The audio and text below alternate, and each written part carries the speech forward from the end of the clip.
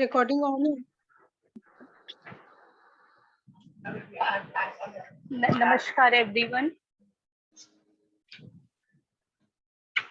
आज का हमारा टॉपिक आज हमारा टॉपिक है बिहार सेंसस से रिलेटेड। जो बिहार सेंसस जो हो रहा था, बिहार में जो जातीय गणना हो रही थी, जनगणना विशेषकर, उस पर जो हाई कोर्ट ने जो रोक लगाया है, इसको हम लोग पहले देखेंगे कि इसके क्या क्या कारण है और कितना हद तक क्या सही है, इतना लेट पिटिशन क्यों आया। उसके बाद फिर है कि हमारा जो जीपीआईएस है, इसके क्या क्या ओपिनियन है। सबसे पहले कास्ट को लेकर के हम लोग जाति के प्रति कैसी अवधारणा रखते हैं और हम जाति का कहाँ पे हम लोग क्वेश्चन करते हैं, कहाँ कास्ट का क्वेश्चन सिर्फ एक जगह हमारे यहाँ एराइज होता है वो भी तब जब इंटरकास्ट मैरिज करना हो, कि अपने कास्ट में मैरिज नहीं हो जाए, इसलिए सिर्फ कास्ट की बात हम लोग करते हैं। अन्यथा कहीं हम लोग किसी से कभी कास्ट पूछते ही नहीं है। और कुछ एक क्वेश्चन और एराइज हुआ था कि विमेन्स को उनके बच्चे के फादर का क्या कास्ट है वो बताना इसमें अनिवार्य किया गया। ये भी हमारे जीपीआईएस का एक कंसर्न पॉइंट है कि यहाँ सिर्फ विमेन को इस तरह से कंपेल क्यों किया जा रहा है, क्योंकि पुरुषों के साथ ये सवाल नहीं है। और जगहों पे जहाँ नागरिकता की बात होती है, सिटीजनशिप की बात होती है, तो वहां अगर माँ किसी क्षेत्र की निवासी है तो वहां उसको सिटीजनशिप मिलता है, वहां मदर को राइट है। अभी हम लोग तरह तरह के एडवांस चीजों पे डिस्कशन करते हैं, एलजीबीटीक्यू और डिफरेंट राइट्स की बात करते हैं, सेम सेक्स मैरिजेस की बात करते हैं। इस केस में एक महिला से ये पूछना कि उसके बच्चे के पिता का क्या कास्ट है और वो उसको डिस्क्लोज करने के लिए मजबूर है, और वो भी सबके सामने करना है, ये प्राइवेसी की कहीं कोई सुरक्षा की गारंटी नहीं है। ये हमारा एक जरूर कंसर्निंग पॉइंट है जिसपे हम लोग अपने एक्सपर्ट्स की राय लेंगे। और जहां तक ये ऑर्डर की बात है, मुझे पता है यहाँ बैठे सभी लोगों ने, मैक्सिमम लोगों ने ऑर्डर को पढ़ा हुआ है। कुछ लोग जो नहीं पढ़े हैं उनसे मैं सिर्फ पहले एक बेसिक जानकारी दे दूं कि जब भी हमारा कोई भी ऑर्डर होता है तो कोर्ट में, हाई कोर्ट्स में, सिविल कोर्ट जैसा, जैसे हम लोग बहुत लोग से मुझसे क्वेश्चन करते हैं कि दीदी जैसे फिल्मों में हम लोग देखते हैं बहस होता है, आप लोग वैसे बहस करती हैं क्या? तो मेरा हमेशा जवाब होता है नहीं, उस तरीके से हाई कोर्ट में बहस नहीं होती है। बहस पॉइंट टू पॉइंट होती है, फाइल्स पहले से रेडी होते हैं और सेम फाइल जो वकील के पास होता है वही फाइल जज के पास भी होता है और अपोजिट पार्टी के पास भी सेम पेपर्स वो होते हैं। ऐसा नहीं होता है कि हम लोग वैसे ही बहस किए जाते हैं जैसे फिल्मों में दिखाया जाता है, ऐसा कुछ भी नहीं होता है। सब दादा जब भी सामने आए हैं, दादा तो जरूर कभी ना कभी सर्विस में गए होंगे, कोर्ट देखे ही होंगे कि कोर्ट में किस तरीके से, स्पेशली हाई कोर्ट में, सिविल कोर्ट का मामला कुछ अलग होता है, वहां हर छोटी छोटी बातों पे बहस होती है, बट हाई कोर्ट में ऐसा नहीं होता है। सारे पॉइंट्स पहले से मेंशन्ड होते हैं, वो जज के पास भी वो पॉइंट्स होते हैं, जो ऑफिसर्स हैं उन लोगों को भी वो पॉइंट्स पता होते हैं। कुछ भी ऐसा नहीं कि कोर्ट में गए और एक नए पॉइंट लेकर बहस कर दिए, ऐसा नहीं होता है। तो आपके दो वकील होंगे, एक पिटिशनर होगा और एक आपका जो पार्टी जो उसको अपोजिशन है, जो कि इसमें जो पीआईएल टाइप के केसेस होते हैं, इसमें जो स्टेट या गवर्नमेंट ऑफ इंडिया, तो स्टेट या गवर्नमेंट ऑफ इंडिया की तरफ से उसके ऑफिसर्स होते हैं, एडवोकेट जनरल होते हैं, और बाकी यहाँ जो प्राइवेट पिटिशनर हैं वो अपने प्राइवेट वकील रखते हैं। तो इस तरीके से वो एक है जो अपनी बातों को, अपनी शिकायतों को रखेगा, दूसरा उस पर जवाब देता है, और इन दोनों की बातों को सुन करके जो भी वहां जज होते हैं वो उस पर अपना निर्णय वो भी बाद में सुनाते हैं, तुरंत नहीं, पूरे केस को स्टडी करते हैं तब सुनाते हैं। इसलिए अगर किसी के मन में ये क्वेश्चन है कि फिल्मों जैसा बहस होता है, तो ऐसा बिल्कुल भी नहीं होता है। मेरे पास बहुत से लोग ऐसा क्वेश्चन पूछते हैं, खासकर लड़कियां, बच्चियां तो जरूर पूछती हैं, तो ये ऐसा कुछ भी नहीं होता है।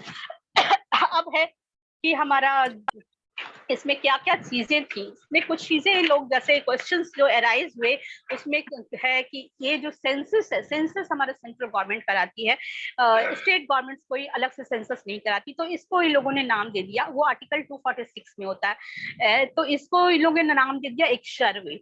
लेकिन जब सर्वे हो रहा है तो जिस तरीके से सेंसस होता है सारे पॉइंट्स उस तरीके से हैं, तो ये सर्वे है नहीं, कोर्ट ने इसको सर्वे नहीं माना, कोर्ट ने इसको सेंसस ही माना। तो सेंसस आप स्टेट गवर्नमेंट को कराने का उस तरह का पावर नहीं था। दूसरी बात थी कि इससे पहले क्या कभी कोई सेंसस इस तरीके का हुआ है, तो एक 1931 में ऐसा सेंसस हुआ था, उसमें और वो 1931 की बात है, इसका मतलब उस समय हमारा देश आजाद नहीं था, 47 के पहले की बात है। तो उस समय कास्ट भी जो थे 74 कास्ट आइडेंटिफाइड थे, और वो अभी बढ़ करके categories within the state of Bihar which has now risen to 215, अभी 215 हो चुके हैं। Even as per the government showing is displayed from the caste identified for the purpose of the survey. और अभी भी ये 215 में भी हो सकता है बहुत सी बातें कवर नहीं हो, जैसे कि अगर 2-3 जनरेशन लगातार इंटरकास्ट मैरिजेस हैं तो उनका है कि उनके सिर्फ पिता के का ही साइड देखा जा रहा है, माता का साइड नहीं देखा जाता, और उसमें जबरदस्ती किसी न किसी पिजन होल में उसको सेट करने का प्रयास किया जा रहा है। उसके बाद है ये from the guidelines it is pointed out that the case of A women in the event of non-disclosure of caste of the father of a child, the officers are directed to ensure such disclosure in the presence of another person। ये हमारे लिए जरूर कुछ ऑप्शनेबल होगा, objectionable होगा जीपीआईएफ की तरफ से, तो मुझे तो लगता है कि हमारे लिए बहुत कंसर्न का विषय है ये। उसके बाद एक था कि कुछ केसेस है, जैसे इंदिरा शाहनी का जो केस है वो बहुत ही लीडिंग केस माना जाता है, जिसमें कि जिसको डिक्टम हम लोग बोलते हैं, कि उसमें रिजर्वेशन से संबंधित बातें कही गई हैं, तो रिजर्वेशन के आधार पे। दूसरा एक केस है, case Puttaswamy versus union of India, जिसमें आधार में जो रिवील, आधार में वो लोग जो डाटा लेते हैं उसको रिवील किसी और के सामने नहीं करना, ये उससे संबंधित बात थी। लेकिन यहाँ पर जो स्टेट गवर्नमेंट है ये ऐसा इंश्योर नहीं कर पा रही है कि वो रिवील नहीं करेगी या करेगी। ये डाटा प्रोटेक्शन उतने गारंटेड नहीं है जिस तरह हमारे आधार में गारंटेड है, उस तरह की यहाँ पे नहीं है गारंटी। और काफी लंबा ये जजमेंट है, और मुझे पता है कुछ ज्यादा लोग इसको ऑलरेडी देखे हुए हैं। मेन पॉइंट्स मैं आज बस यहाँ पे बता रही हूँ, जो कि दीदी लोग जो कोई नहीं देखती हैं, कुछ कुछ दीदियां हमारी ऐसी हैं जो घरेलू कामों में व्यस्त रहती हैं और वो नहीं देख पाती, नहीं समझ पाती, उनके लिए सिर्फ मैं बुलेट पॉइंट्स को सिर्फ बता रही हूँ। तो उसके बाद एक और है कि हमारे यहाँ पे जो एक्सपेंडिचर है वो 500 करोड़ का है, और 500 करोड़ जो है पिटिशनर्स का कहना है कि ये हमारे कंटीजेंसी फंड से लिया जाएगा, और जो हमारे रिस्पोंडेंट हैं वे उनका कहना है कि नहीं, हम लोगों ने इसका बजट बनाया है, बजट पास कराया है, जिसमें पक्ष और विपक्ष दोनों ही ने उस पर सहमति जताई है। अगर पक्ष और विपक्ष मिलकर सहमति जताए हैं तो भी ये जनता का पैसा है, और अगर नहीं भी सहमति है, अगर आप संचित निधि से भी पैसा लेते हैं तो भी वो जनता का ही पैसा, उनका कोई पैसा है नहीं, चाहे वो कोर्ट में कुछ भी कह दे। और जो भी बातें वो कह रहे हैं जवाब में, सबसे कोर्ट संतुष्ट भी नहीं हुआ है, क्योंकि जो कोर्ट ने जो लास्ट में जो डिसीजन लिया है, अगर मैं अब बहुत से पॉइंट्स को छोड़ दूं और स्किप करूं फाइनल ऑर्डर की तरफ, जैसे हमारा 37% रिजर्वेशन है तो हॉरिजॉन्टल है, उसको छोड़ दिया जाए, क्योंकि वो सब भी तो पता ही है सबको। तो लास्ट पैरा की तरफ मैं जा रही हूँ, अगर किसी को बीच में कुछ होगा क्वेश्चन तो वो पूछ सकते हैं। लेकिन कोर्ट ने जो डिसाइड किया, इन सारी बातों को देखते हुए जो जवाब भी जो आए, जवाब वही आया कि 500 करोड़ हम संचित निधि से नहीं लेकर के हम बजट से लेंगे। तो in such circumstances we direct the state government to immediately stop the caste based survey and ensure that the data already collected are secured and not shared with anybody till final orders are passed in the writ petition। उसके बाद फिर इनको और date दिया गया, post the writ petitions for hearing on 3/7/2023। ये भी date पास हो गया है। इसमें लोग मेंशन किए कि हमारी अर्जेंट हियरिंग होनी चाहिए, जिसको कोर्ट ने नहीं माना है। तो अब अगर आप, जैसे मेरी जो समझ आ रही है बात, तो ज्यादा लोगों की बातें कुछ अलग होंगी मुझसे ओपिनियन, लेकिन 80% जहां हमारे रिस्पोंडेंट है उनका कहना है कि 80% डाटा कलेक्ट हो चुके हैं। तो इतना लेट पिटीशन क्यों आया? जाहिर क्वेश्चन अराइज होना ये भी स्वाभाविक है कि अगर आपको पिटीशन देना था तो बहुत पहले पिटीशन दिया जा सकता था।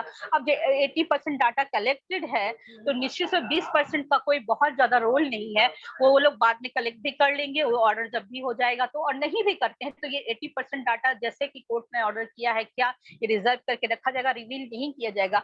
इन केस रिवील नहीं किया जाता तो भी तो आपने डाटा जबरदस्ती कलेक्ट कर लिया और जनता का पैसा भी बर्बाद कर दिया, और अब कोर्ट में बहस करके क्या लोगों को बेवकूफ नहीं बनाया जा रहा है? ये हमारा विषय है, इस पे हम अपने एक्सपर्ट की राय लेंगे।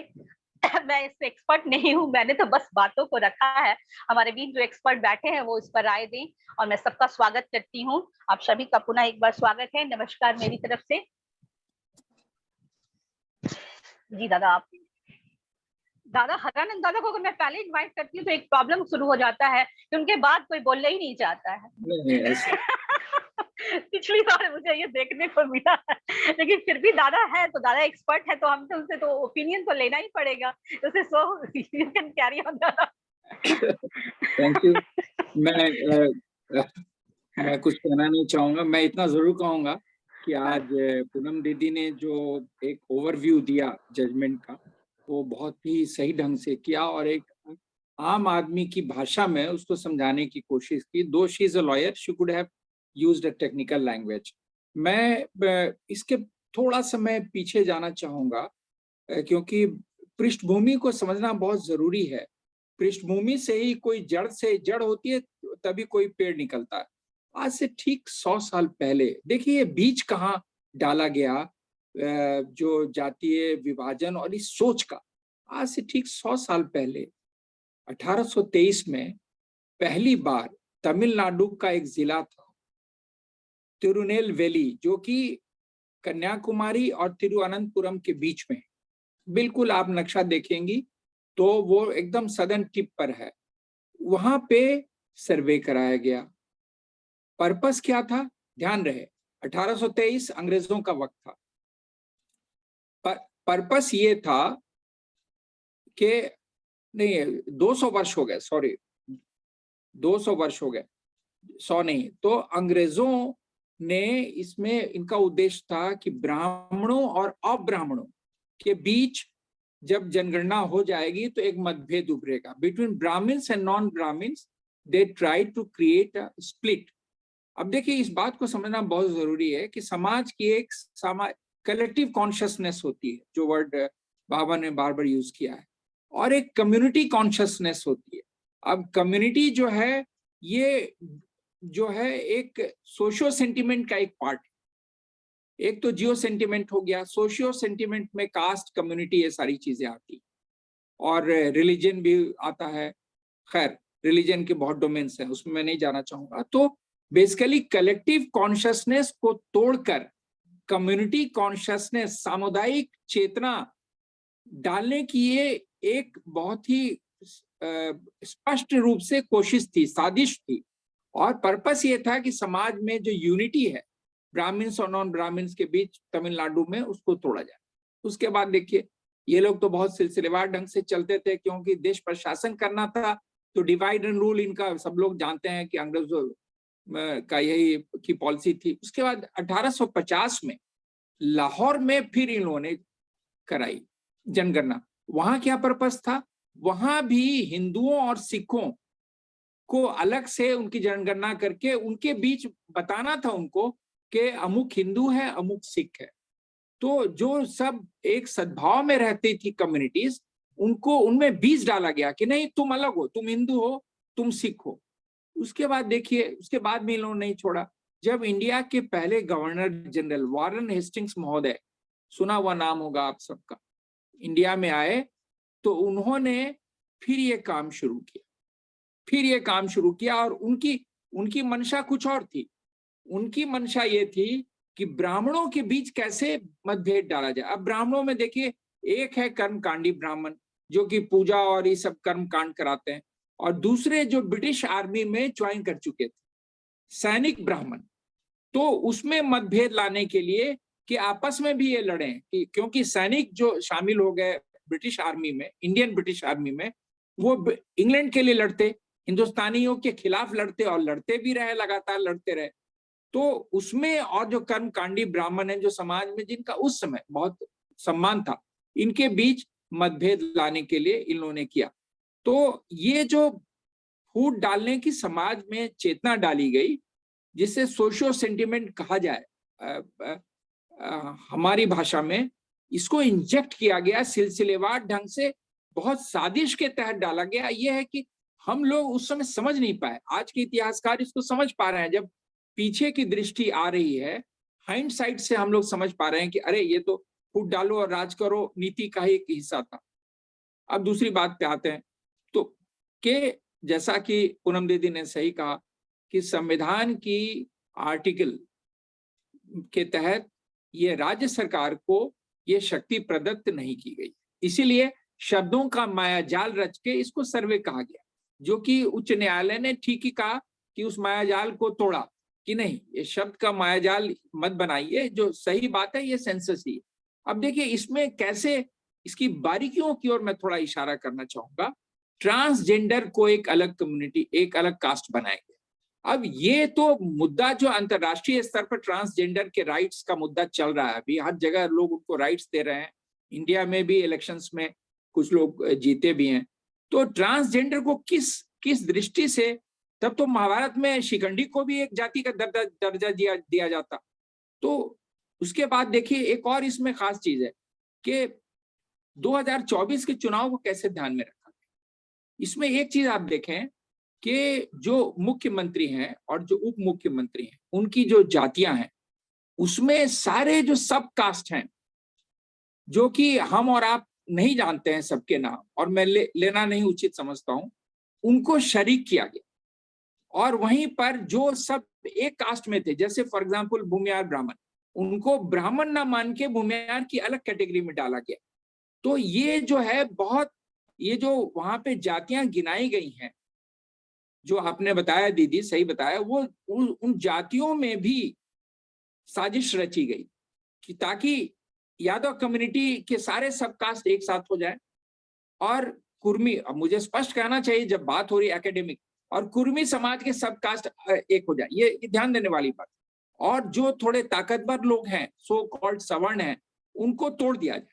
तो फिर ये ब्राह्मणों और नॉन ब्राह्मण्स को, क्योंकि देखिए भूमियार लोग अपने को ब्राह्मण ही मानते हैं, तो उनको अलग जाति में कैटेगराइज करना, उनका वर्गीकरण करना, ये भी एक तरह की सरकारी चुनावी साजिश है, सरकारी नहीं कहूं। अब रही बात पैसे की, आपने बिल्कुल सही कहा दीदी कि जनता का पैसा है, और आप शब्द जाल कुछ भी रच ले और शब्दों के अलंकार से आप कुछ भी कह लें, पर ये टैक्स कर दिया हुआ पैसा। बारिश में तो पैसा होता नहीं है, सारा पैसा जो सरकार खर्च करती है वो हमारा और आपका टैक्स पेयर का पैसा, स्पष्ट रूप से। तो इस पैसे का सदुपयोग हो रहा है या दुरुपयोग, इस बात को समझने की आवश्यकता है। अब देखिए कहा यह जा रहा है, कथित तौर पर यह दावा किया जा रहा है कि इसका जो मूल उद्देश्य है वो विकास है, विकास की दृष्टि से है कि हर कम्युनिटी तक विकास के लाभ पहुंचे। तो ये सब जो स्लोगन है, इन स्लोगन का, इन नारों का यथार्थ क्या है उसको समझने की आवश्यकता है कि मूल रूप से जो जातीय चेतना है, जिस पर आज तक ये चुनाव लड़े जाते रहे इस देश में, हम सभी जानते हैं कि जिस कास्ट की जनसंख्या की आबादी जहां जिस जिले में ज्यादा रहती है, उसी कास्ट का कैंडिडेट वहां पर डाला जाता है, ताकि कुछ नहीं हो तो जीत जाए, कास्ट का वोट मिले। अब उसमें भी देखिए समस्या होती है कि 3 पार्टियां अगर कैंडिडेट डाल रही हैं तो तीनों उसी कास्ट का डाल देती हैं। यादव है, बहुमत में थी, यादव को डाल दिया, वो वोटों का विभाजन हो जाता है। तो ये खेल आपस में भी इनका चलता रहता है। लेकिन मैं जहां तक समझ पा रहा हूं कि संपूर्ण क्रांति के नारे पर जो सत्ता में आए और जो स्वयं को लोहियाइट कहते रहे कि हम लोहियावादी हैं, मैं नाम नहीं ले रहा, समझ रहे हैं लोग, तो एक बार जरा सा संपूर्ण क्रांति का दर्शन किया था जयप्रकाश नारायण का, उसको भी दोहराया जाए। क्यों नहीं बिहार के इंटेलेक्चुअल्स इस बात को कहते हैं कि संपूर्ण क्रांति के नारे पर लोहियावादी कहने वाले लोग सत्ता में आए, तो जरा लोहिया का क्या दर्शन था उसको भी बता दें। क्या वो जात के विभाजन में विश्वास करते थे? कतई नहीं। वो समाजवादी, हम उनसे वैचारिक रूप से सहमत हो या नहीं सहमत कि लोहियावादी समाजवाद से हमारा मतभेद हो सकता है, क्योंकि हम प्रभुत्व में विश्वास करते हैं, पर डेफिनेटली जयप्रकाश नारायण की संपूर्ण क्रांति के नारे में ये जातीय अंतर क्रांति का नारा नहीं, और न तो लोहिया के दर्शन में था। जिनको पढ़ना है वो खोज के पढ़ लें, बहुत सामग्री इस पर उपलब्ध है, संपूर्ण क्रांति और लोहिया के दर्शन पर किताबें उपलब्ध है।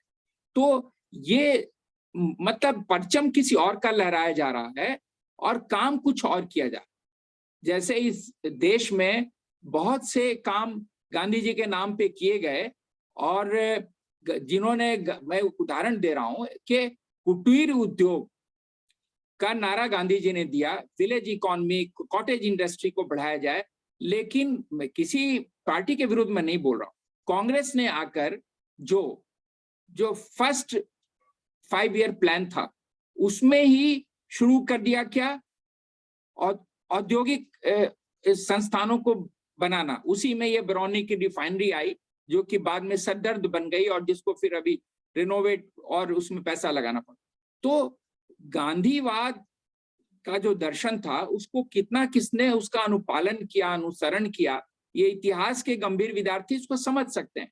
और आज वापस उसी कॉटेज इंडस्ट्री पर जोर आ रहा है, उसी सहकारिता की नीति पर जो प्राउड जिस पर फोकस करता है, उसके लिए अलग मंत्रालय बनाया गया है जिसके मंत्री माननीय हमारे अमित शाह जी हैं। तो कोऑपरेटिव मिनिस्ट्री बनाई गई पहली बार 60 साल के बाद, 65 साल के बाद, क्योंकि लोगों ने समझा कि आमूल का एक्सपेरिमेंट अगर सफल हो सकता है तो इसको और देखा जाए क्या हो सकता है। खैर वो विषयांतरण में पर नहीं जाना चाहता हूं।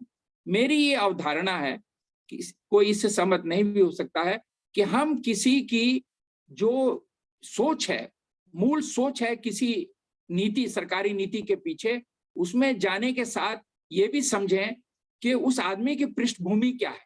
संपूर्ण क्रांति में पैदा हुआ आदमी, लोहियावादी आदमी, क्या उन सबकी सोच से ये सोच अलग है? और अगर अंग्रेजों ने 1823 में यही काम शुरू किया तिरुनेल वैली में, बाद में 1850 में लाहौर में वारेन हेस्टिंग्स ने तो एक अफसर को नियुक्त कर दिया, और फिर उसने और तमाम जिन सामंतों ने अंग्रेजों का विरोध किया उसका दमन करने के लिए ये जनगणना कराई गई स्पष्ट रूप से। तो अंग्रेजों का तो था ही कि दमन करो, फूट डालो और शासन करो।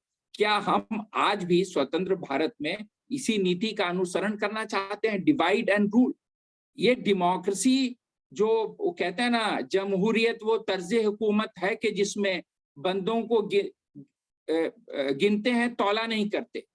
तो जब अरिथमेटिक में चल रहा है सब मामला, तो लोग यही गिनते हैं कि हमारे इस कास्ट के वोट कितने, इस कास्ट के वोट कितने। तो आज प्रजातंत्र का जिस तरह से मखौल उड़ाया जा रहा है वो सबको समझ में आ रहा है। पर ठीक है, संविधान का सभी सम्मान करते हैं, तो ठीक है, जो व्यवस्था बनाई संविधान निर्माताओं ने वो सही बनाई। क्या हम उस व्यवस्था को सही ढंग से चला पा रहे हैं? ये एक प्रश्न है जो मैं आप जैसे बुद्धिजीवियों के सामने छोड़कर विराम दे रहा हूँ। Thank you. Thank you so much दादा। दादा ने बहुत ही अच्छे शब्दों में करीब करीब पूरे इतिहास की व्याख्या कर दी कि हमारी ये जो जनगणना है जाति आधार पर कब शुरू हुई और उसकी उन लोगों की मंशा क्या थी। निश्चित रूप से डिवाइड एंड रूल, जब जाति की बार बार जब भी बात आती है, तो आनंद मार्गी जाति सिर्फ एक बार पूछते हैं, वो विवाह के समय, ताकि वो भी सेम कास्ट में शादी नहीं हो जाए इसलिए, और उसको भी बड़ा गुप्त रूप से रखा जाता है। उसके अलावा कहीं हम लोग किसी की जात नहीं जानते हैं। अगर कोई टाइटल भी है तो हम लोगों ने बहुत बार ऐसा किया था कि लोग टाइटल भी हटा के आए इंटेलेक्चुअल फोरम में तो और भी अच्छा हो, हालांकि है तो उससे हमें कोई आपत्ति नहीं है। तो उस पर राजेंद्र दादा ने अपना टाइटल हटा दिया था और भी बहुत लोगों ने हटाया भी था। तो खैर वो टाइटल लगाए या नहीं लगाए, लेकिन हम लोगों का ऐसा था कि ताकि हम लोग बगैर उसको जाने हुए एक दूसरे से, हम लोग जिस ग्रुप में प्राउड को जानते हैं उस ग्रुप में हम लोग एक दूसरे को जाने, हम लोग यूनाइट करने पे, सोसाइटी को यूनाइट करें और कास्ट सिस्टम जितनी जल्दी खत्म हो जाए, हम लोग इसके प्रयास में लगे हुए हैं। और पीआर सरकार को फाउंडर ऑफ प्राउड, हम लोग यहाँ और कोई दूसरा संबोधन नहीं इस्तेमाल करने को प्रेफरेंस देते हैं, जबकि आदत है हमारी बाबा कहने की, वो जबान पे आ जाता है, उसको रोक करके हम लोगों को बोलना पड़ता है। तो पिछली पीआर सरकार ने शुरू से ही, जब से ऑर्गेनाइजेशन बनाया, उन्होंने इंटरकास्ट मैरिजेस पे जोर दिया कि कास्ट सिस्टम को तोड़ने का अगर कोई उपाय है, उसको जल्द से जल्द खत्म करने का अगर कोई रास्ता है, तो एकमात्र इंटरकास्ट मैरिजेस है। जब तक वो नहीं होंगे, हमसे बातें करके हम इस कास्ट सिस्टम को खत्म नहीं कर सकते। और दूसरा प्रश्न है, ये जो करवा रहे हैं जनगणना वो अपने फायदे के लिए, लेकिन हम लोगों का जो विजन है वो तो यही है कि बहुत जल्दी ये सिस्टम खत्म होने की स्थिति में है। हो सकता है अगर करवा भी ले तो ये आखिरी जाति आधारित जनगणना हो, इसके बाद कभी धरती पर जरूरत नहीं पड़े इस तरह की जनगणना की, ऐसी एक उम्मीद भी हम रखते हैं। और हम अब अगले एक्सपर्ट से राय लेंगे। हमारे राजेंद्र दादा ने भी इस पर बहुत स्टडी किया है, और इनफैक्ट मुझसे पहले उन्होंने इस ऑर्डर को पढ़ा, और मैं पढ़ने ही वाली थी कि उन्होंने मुझे सेंड कर दिया। इसलिए मैं राजेंद्र दादा से रिक्वेस्ट करूंगी कि दादा आप भी कुछ अपने ओपिनियंस रखें। थैंक यू दीदी जी। नमस्कार एवरीवन। एंड ऐसा नहीं दीदी, first of all I am not the expert at all. मैं वीडियो बना लेता हूँ इधर उधर से कंटेंट लेकर, it doesn't mean that I am expert on the subject. But जैसा दादा ने कहा, it is fact that divide and rule part is very much visible. और इवन देश के आजाद होने के बाद हम लोग कई बातों को सुने हैं कि इतना ही चेंजेस आया कि गोरे की जगह काले आ गए अंग्रेज। And this is a very common proverb which we are hearing and we are experiencing at the same time. And एक और बात है, समाज की स्थिति ऐसी है, am I audible दीदी? Yeah, Dada, you are very much audible. Okay. So समाज की स्थिति ऐसी है कि जैसा दादा ने बोला, संपूर्ण क्रांति में जब जेपी की क्रांति हुई थी एंड पूरा दुनिया बदल गया था, लगा था कि अब तो दुनिया बदलने वाली है। बट इसमें काफी अच्छे लोग आए थे। मैं नहीं बोलूंगा कि आज ये लोग जितने गंदे दिखते हैं, I should use the word, वैसे ही गंदे थे नहीं। They were the student leaders and they had some backbone there.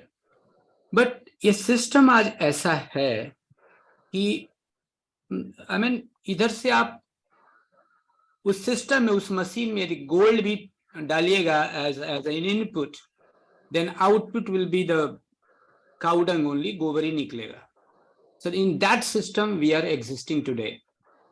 अच्छे से अच्छे लोग, मैं नाम नहीं लूंगा, आपको पता है कि कितने अच्छे लोग आए पॉलिटिक्स में, बट फाइनली यहाँ से कचरा बन के ही निकले। And there hardly been anyone who can be considered as a leader.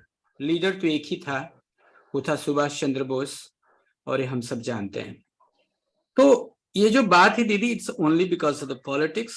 और इसमें भी और चार लोगों ने लगा दिया जब रिजर्वेशन ले आए। इसको देखिए, इसको हवा देने का इतना एंगल निकाला है पॉलिटिशियंस ने।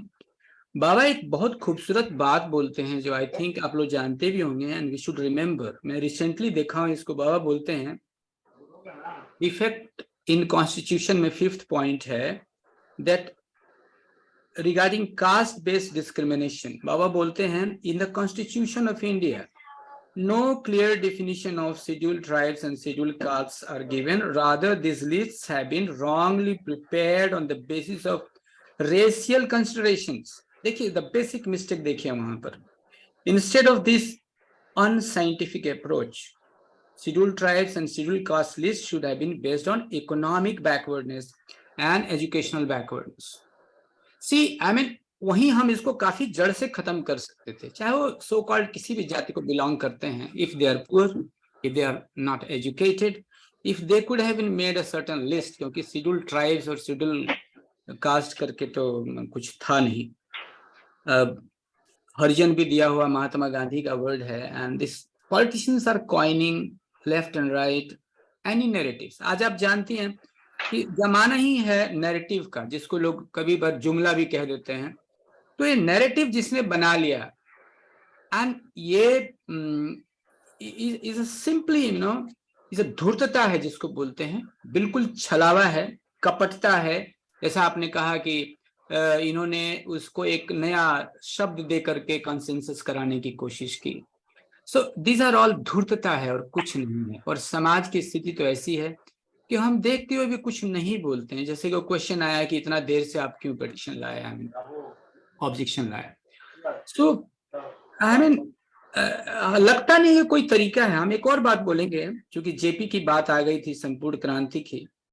तो मैं एक दिन देख रहा था, क्योंकि हम अगला सेशन लेने वाले थे कि how can be a partyless politics, because and that is the solution. और इसका पहला बोलने वाला यदि कोई नेता था तो जयप्रकाश नारायण थे, regarding partyless politics. This recently I went through and हम तो समझते थे कि प्रौथी कहता है, बट हो सकता है कि इसके पहले ही बाबा ने दिया हुआ है पॉइंट्स पार्टीलेस पॉलिटिक्स का। But that is the solution. Otherwise हम लोग ऐसे ही घूमते रहेंगे इंटेलेक्चुअल्स एंड दिस मन से थोड़ा गंदा वर्ड निकल रहा था कि I mean they will take us on ride, है ना।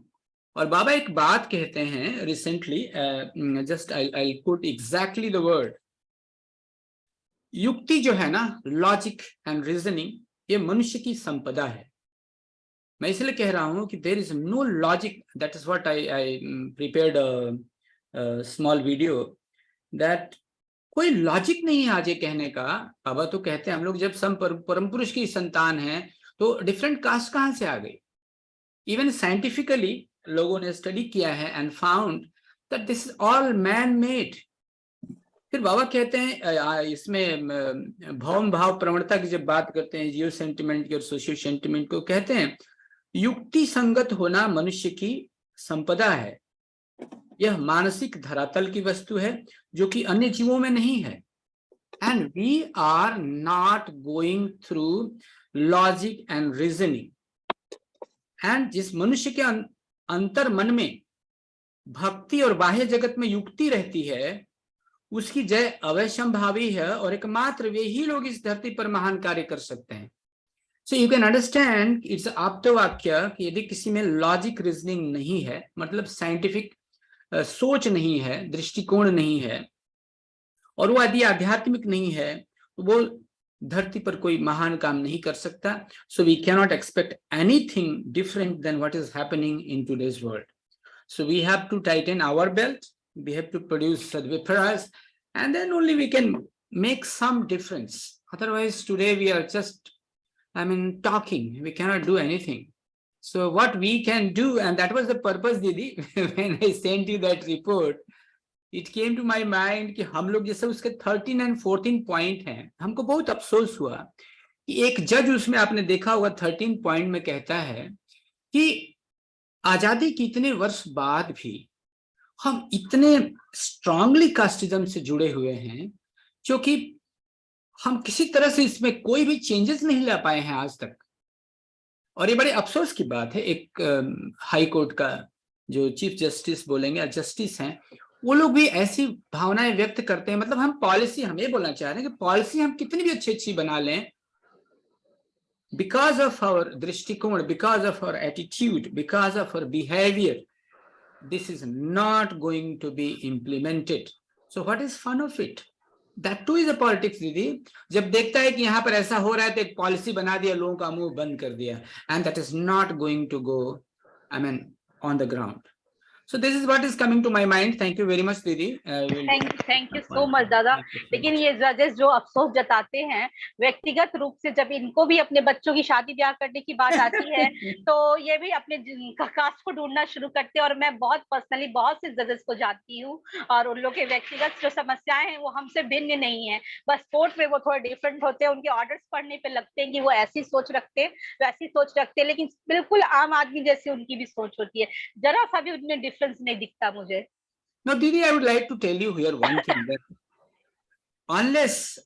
unless people are educated from kindergarten, आप कितनी भी हवाबाजी कर लें, लोग कितनी भी पॉलिसी बना लें, जब तक हम एक बच्चा नहीं छूटना चाहिए उस फॉर्मेटिव एज से, जब तक हम उसके ब्लड में आध्यात्मिकता तो हम नहीं बोलेंगे, नैतिकता नहीं डालें, आध्यात्मिकता भी कह सकते हैं इनडायरेक्टली, तो तब तक वो जो बड़ा होगा ना तो ऐसा ही होगा। दीदी, हमने बहुत पढ़े लिखे लोगों को देखा है, वो बोलते हैं कि देखो यार मैं विश्वास नहीं करता, परंतु अब क्या करें, माँ बाप का सवाल है। ये जो भीरूपना है, ये जो कायरता है दीदी, हम तो अप्रिशिएट करते हैं अपने माँ बाप को, जो कि उस एज में इन 60s दे बिकेम मार्गी, and that too in a village, how they might have fought. इस तरह का स्ट्रॉन्ग साइकोलॉजी रहा होगा। तो यहाँ पे मैं एक्चुअली एक बात कहने के लिए बोल रहा हूँ दीदी, कि नैतिकता का आधार हो, और आध्यात्म मतलब आप जानती हैं ये वीराचारी साधना है, वीर पुरुष ही ये साधना कर सकता है, क्योंकि ये तांत्रिक साधना है। और जब तक वो साधक नहीं होगा, तांत्रिक साधक जब तक नहीं होगा, और सचमुच साधक दीक्षा लेने से कोई साधक नहीं हो जाता, तो तब तक, और ऐसे जब तक लोग, जैसे आज आपने देखा है जुडिशरी में एक बंदा आया है ऐसा चीफ जस्टिस सुप्रीम कोर्ट में, and being just a rational personality has made ट्रेमेंडस impact on entire society. कितने जजों का भय से लोग बाहर, माहौल बनता है ना, आप समझ रहे हैं ये बात को, कि इवन कोर्ट्स में लोग कितने भयभीत रहते थे, जजमेंट नहीं देते थे, आपको किसी का बेल नहीं देते थे डर से। That is that atmosphere। तो मैं कहना चाहता हूं कि कुछ लोग भी रहें, अच्छे लोग बने, सद्विप्र लोग बने, तभी परिवर्तन आएगा, अदरवाइज तो not able to see anything. Sorry दीदी, I took lot of time, thank you very much. दादा आप टाइम, ये सब जब प्रॉब्लम नहीं है यहाँ, लेकिन दीदी लोग कोई ऑब्जेक्शन कर सकती है कि हमारे जीपीआईएफ फोरम में सिर्फ दादा ही स्पीकर है, लेकिन मुझे कुछ ऐसा ये टॉपिक। सच्चाई तो है दीदी, बात तो सही है, दीदियों का फोरम है, and thank you very much for giving us. नहीं, लेकिन दोनों का एक बैलेंस लेके मैं अक्सर चलती हूँ। I don't differentiate in my mental plate दीदी, I never differentiate। बहुत बहुत धन्यवाद दादा आपका। अब मैं किसी दीदी से रिक्वेस्ट करूंगी कि वो हैंड रेस करके सामने आए, अदरवाइज मैं एक एक को नाम कॉल करके बुलाऊंगी। तो आप बेयर करें कि हैंड रेस कर दें, अदरवाइज तब तक मैं मीतू दी से को एक क्वेश्चन है। मीतू दी, क्या आप कंफर्टेबल हैं? नमस्कार दीदी, थैंक यू सो मच। दीदी आपसे मैं देखिए मैंने बिल्कुल भी प्रिपेयर नहीं किया है आज के लिए। कोई बात नहीं दीदी, आप अपनी साइकोलॉजी से क्वेश्चन का जवाब दें, कोई प्रॉब्लम नहीं है। यहाँ एक महिला की सोच के अनुसार आपसे क्वेश्चन है मेरा। ये लगता है कि हाँ, मुझे ये लगता है कि जो डेटाबेस कलेक्ट हो गया है 80% कलेक्ट हो गया है, अभी 20% रहता है। अगर हमारे पास डेटा सिक्योरिटी नहीं है तो जितना नुकसान हो गया उसके आगे का नुकसान ना किया जाए, इररिस्पेक्टिव कि कितना पैसा भी खर्च हो गया। अब ये लॉजिक लगाया जाए कि इतना पैसे खर्च हो गया है या इतने सारे काम भी हो चुका है, इसको अब क्या रोकना, तो ऐसा नहीं है। The consequences of this caste census is so grave and it is going to be so harmful to the society, then it has to be stopped wherever we have reached, irrespective 80%, 95% or 99% work is done. So first of all we should have to have a very strong system to secure our data. जैसे हमारे bank का data secure रहता है, if we don't have that kind of a system, because ये जितना भी data है, it is kind of a time bomb, it is kind of a बारूद जो कि अल्टीमेटली तो समाज में फैलेगा ही फैलेगा। और मैं आपको बिल्कुल देसी कहावत बताती हूँ कि जैसे हम लोग सुनते थे कि जब तक दाल और चावल को अलग रखोगे नहीं पकेगा, आप उसको इकट्ठा करके खिचड़ी बनाइए and then you cook it. Why you are segregating the caste again and again and again? और जो गवर्नमेंट ये कहती है कि we need the data so that we can plan according to their welfare, तो भाई अब तक जो प्लानिंग कमीशन ने प्लान किया है उनके लिए, had that been done, हाथ में 4 मूंगफली के दाने लेके आप पूरे समाज में ढूंढने निकले हैं कि किसको देना है, तो that is not the right way. First of all, see your report card, whatever is done, is that been done sufficiently? If that is not done sufficiently and still there are some loopholes or still some work is left to be done, so better they should complete that work first before going to plan for another 5 years.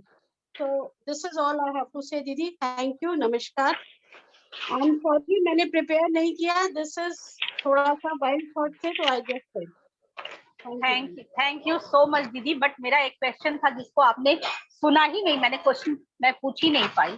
Question ये था मेरा कि अभी जो census हो रहा है इसमें एक महिला को ये एक तरीके से विवश किया जा रहा है, उसको कंपेल किया जा रहा है कि वो 2 लोगों के सामने अपने बच्चे के पिता की जात को वो बताए।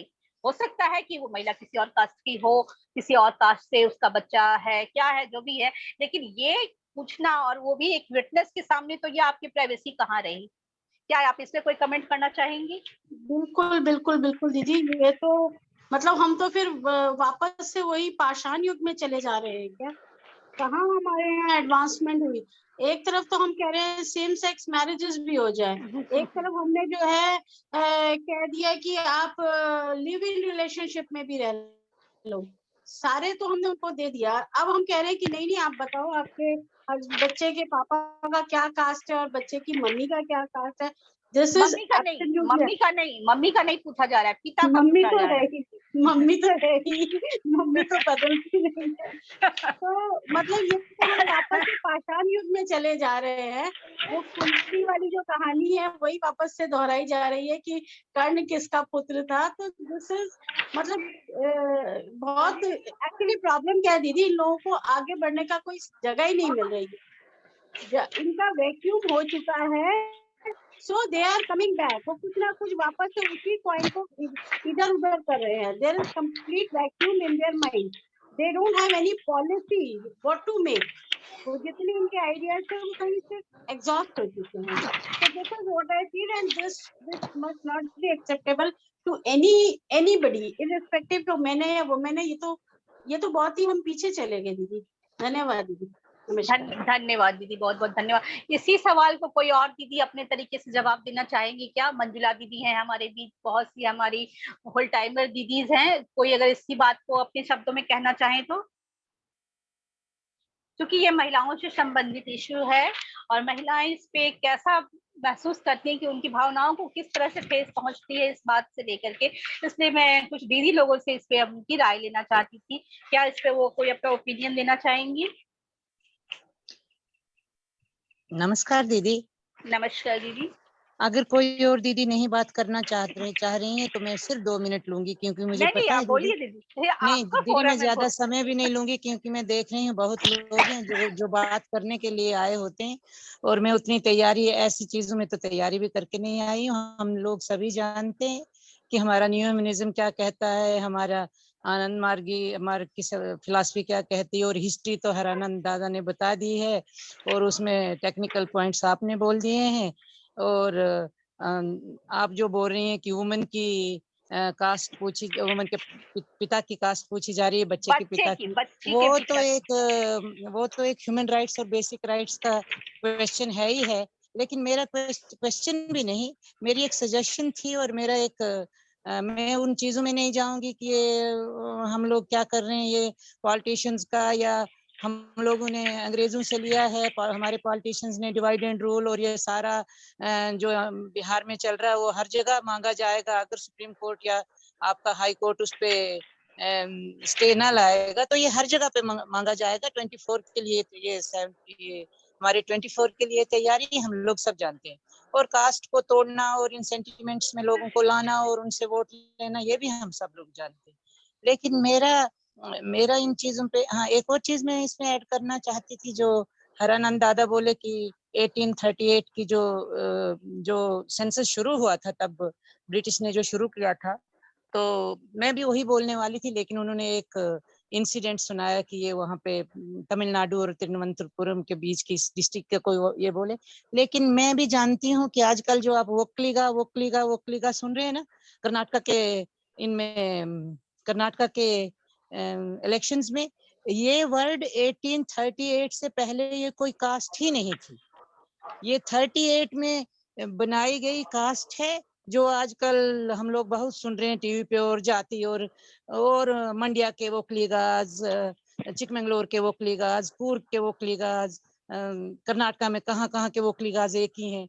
ये डिफरेंट लोग थे, जो कि जमींदार थे, जो कि फार्मर्स थे, तो उनको इकट्ठा किया गया और ये एक जाति बना दी गई, और आज इसमें एक जाति का सेंटिमेंट डाला गया। मेरा कहने का मतलब है कि जब कोई चीज होती भी नहीं है और पब्लिकली जब उसमें एक सेंटिमेंट डाला जाता है, इम्पोज्ड संस्कार डाला जाता है, तो कैसे बन जाता है सेंटिमेंट। और यही करने हमारे पॉलिटिशियन यही करने वाले हैं।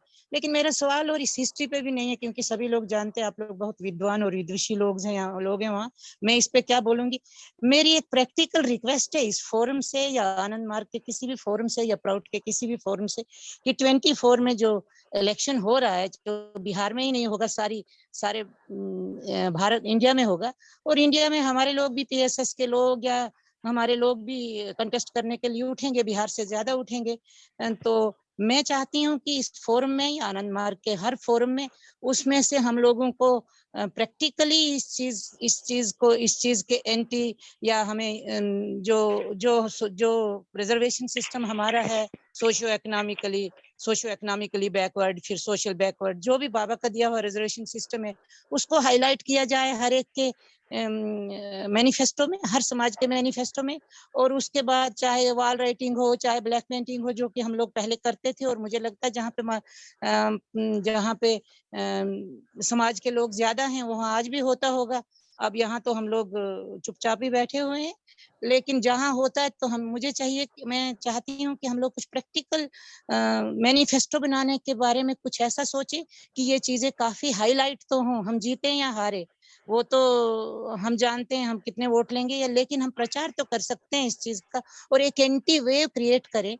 और उस चीज के लिए GPIF, GPUF सब भी जितनी भी फेडरेशंस हैं, या प्राउड है या आनंद मार्ग फेडरेशन है, सारे मिलके एक मैनिफेस्टो के कुछ वर्ड्स, जैसे बहुत ही विद्वान लोग आप हैं, अभी भी तो बहुत अच्छी अच्छी बातें करने वाले लोग हैं हमारे फोरम पे, तो वो लोग बैठ के कुछ मैनिफेस्टो तैयार करें जिसको हम एक पब्लिक एक पॉपुलर मूवमेंट बनाएं। जैसे ब्लैक पेंटिंग कहा था बाबा ने, जैसे एक मूवमेंट देते थे बाबा, एक्सप्लॉइटेशन, एक मूवमेंट था, मारवाड़ी भगाओ मूवमेंट था।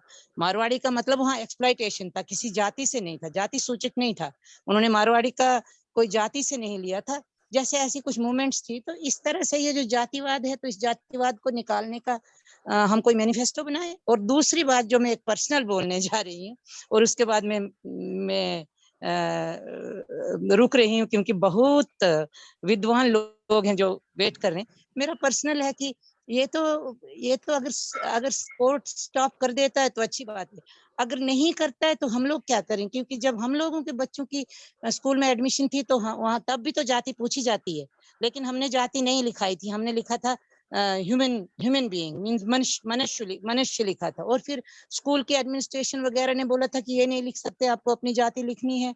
फिर जाके आप स्पेशल परमिशन लाइए, तो हमने उस टाइम भी DEO DTPI से परमिशन लाई थी। फिर उस कॉलम में मनुष्य ही जाति रही थी। और फिर मैंने सेंसस को भी पढ़ा, तो सेंसस में बहुत सी जातियां होती हैं, हिंदू मुस्लिम धर्म और जाति भी होती है, और उसके नीचे एक कॉलम होता है जिसमें लिखा होता है ह्यूमन बीइंग। तो कुछ लोग ह्यूमन बीइंग भी हैं सेंसस में, एक मैंने पढ़ा था सेंसस का एक।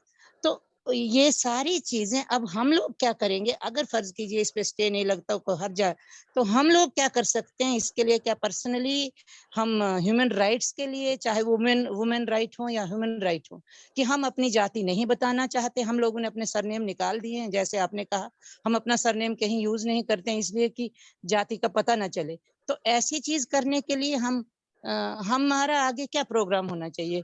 उसके लिए कोई बातचीत हो, और उसके लिए अगर कोई दूसरा सेशन रखा जाए तो मुझे लगता है उसमें कुछ प्रैक्टिकल चीजें हमें मिलेंगी, और कुछ सहारा भी मिलेगा आप लोगों की, क्योंकि आप लोगों की एक क्या कहते हैं वो लॉ कम्युनिटी है जो हमें गाइड कर सकती है कि नहीं देखिए अगर आपको ऐसी ऐसी प्रॉब्लम आती है फील्ड में तो आप ये कीजिए या यहाँ जाइए। तो मेरा बस इतना ही, कोई थोड़ी सी प्रैक्टिकल चीजें सोच रही थी मैं कि आगे कैसे बढ़ा जाए। तो थैंक यू दीदी। और बहुत से लोग, मुझे मालूम है बहुत से लोग जो तैयारी करके आए हैं और बहुत कुछ बोलना चाहें, और थैंक यू। मैं इतनी ज्यादा बिहार की इस जाति इतनी डिटेल नहीं जानती थी, मैं सोच रही थी कि ये है क्या। तो आप लोगों को बहुत बहुत थैंक्स, दादा हरानंद दादा को भी बहुत थैंक्स, उन्होंने बहुत डिटेल में ये सारा बिहार की जो जाति की पॉलिटिक्स है उसको सुनाया, और हमें बहुत आज बहुत सा नॉलेज मिला है शायद, बहुत ज्ञान बढ़ाया उन्होंने हमारा। तो thank you. Thank you so much दीदी। हरानंद दादा तो नो डाउट कि बहुत अच्छे इंटेलेक्चुअल हैं, इसमें काफी तो कोई डाउट नहीं कवर है। कर और वो दिया है। हिस्ट्री के वो प्रोफेसर भी रह चुके हैं, और बाद में तो IPS भी रहे हैं, इसलिए उनके नॉलेज के तो हम लोग पैरेलल नहीं है। और उनका सर्विस का भी एक एक्सपीरियंस होता है, हर रोज जब नए केसेस आते हैं तो आपका एक एक्सपीरियंस बढ़ता है। वो उनका एक्सपीरियंस, ये हम लोग फॉर्चुनेट हैं कि वो हमारे साथ हैं, इसमें कहीं कोई दो राय नहीं है। और अभी हम जो महिलाओं से संबंधित जो बातें थी उसका वो पैरा 4 में एक बार रीड कर देना चाहती हूँ, ताकि किसी के मन में ये हो नहीं कि ये जो दीदी ये जो सवाल लाई है GPIF पे ये किस तरीके से उसमें मेंशन है। तो इसमें answering the contention of the state that there is no compulsion on any individual to disclose their personal details, it is pointed out from the guidelines issued to the hierarchical officers that the details are to be collected from the eldest family member, and in the case of caste status, it could be even be from the relatives or neighbors, which militates against the claim of voluntary disclosure. From the guidelines, it is pointed out that in the case of a woman, in the event of non-disclosure of caste of the father of her child, the officers are directed to ensure such disclosure in the presence of another person, which deprives the women of the right to not disclose the details and further degrades her on account of her gender alone. In effect, it turns out to be a compulsory disclosure which is in violation of the right to privacy of an individual, which is held to be an intrinsic part of Article 21 of the Constitution of India by the Honorable Supreme Court in the case of K.S. Puttaswamy versus Union of India. It is pointed out that positive discrimination on the ground of caste could be upheld only under subclause 4 respectively on Article 15, 16 of the Constitution of India, and otherwise it falls whole of Article 14. तो अभी आप लोगों ने ये समझ लिया कि ये स्पेशल महिलाओं के लिए यहाँ पे कितना डिस्क्रिमिनेशन हुआ है। इस वजह से चूंकि ये हमारा GPIF फोरम है और हम लोग महिलाओं के टॉपिक्स पे विशेष रूप से ध्यान देते हैं, इसलिए जो महिला से संबंधित बातें थी उसको मैंने थोड़ा अलग से समय दिया। और जहां तक बिहार की जो जाति की बात है, मैं तो जन्म ही ली हूँ पटना में, और मुझे भी पहले से इतना पता नहीं था कि यहाँ पे किस तरीके का ये सोसाइटी में इस तरह का स्ट्रक्चर है, क्योंकि हम लोग आनंद मार्ग की सोसाइटी में ही ज्यादा जाते आते रहे। थोड़ा बहुत जो हमारे आसपास दोस्त हैं तो कोई भी टाइटल रखते हैं, उससे हम लोगों को कोई अंतर नहीं पड़ता। लेकिन मैंने जब ये सेंसस शुरू हुआ तो थोड़ा सा मैंने भी ध्यान देना शुरू किया, तो पता चलता है कि कुछ ये जो 2 कास्ट हैं जो लोग ज्यादा ध्यान दे रहे हैं अपने कास्ट को यूनाइट करने पे, यहाँ जितनी भी बिजनेस करने वाले हैं सभी आपको वही 2 में से कोई एक कास्ट बताएंगे। और उसके बाद जो चूड़ी का बिजनेस है, फल का बिजनेस है, वो आपको मोमडन लोग करते हैं पटना में, मैक्सिमम 90% आपको मिलेगा।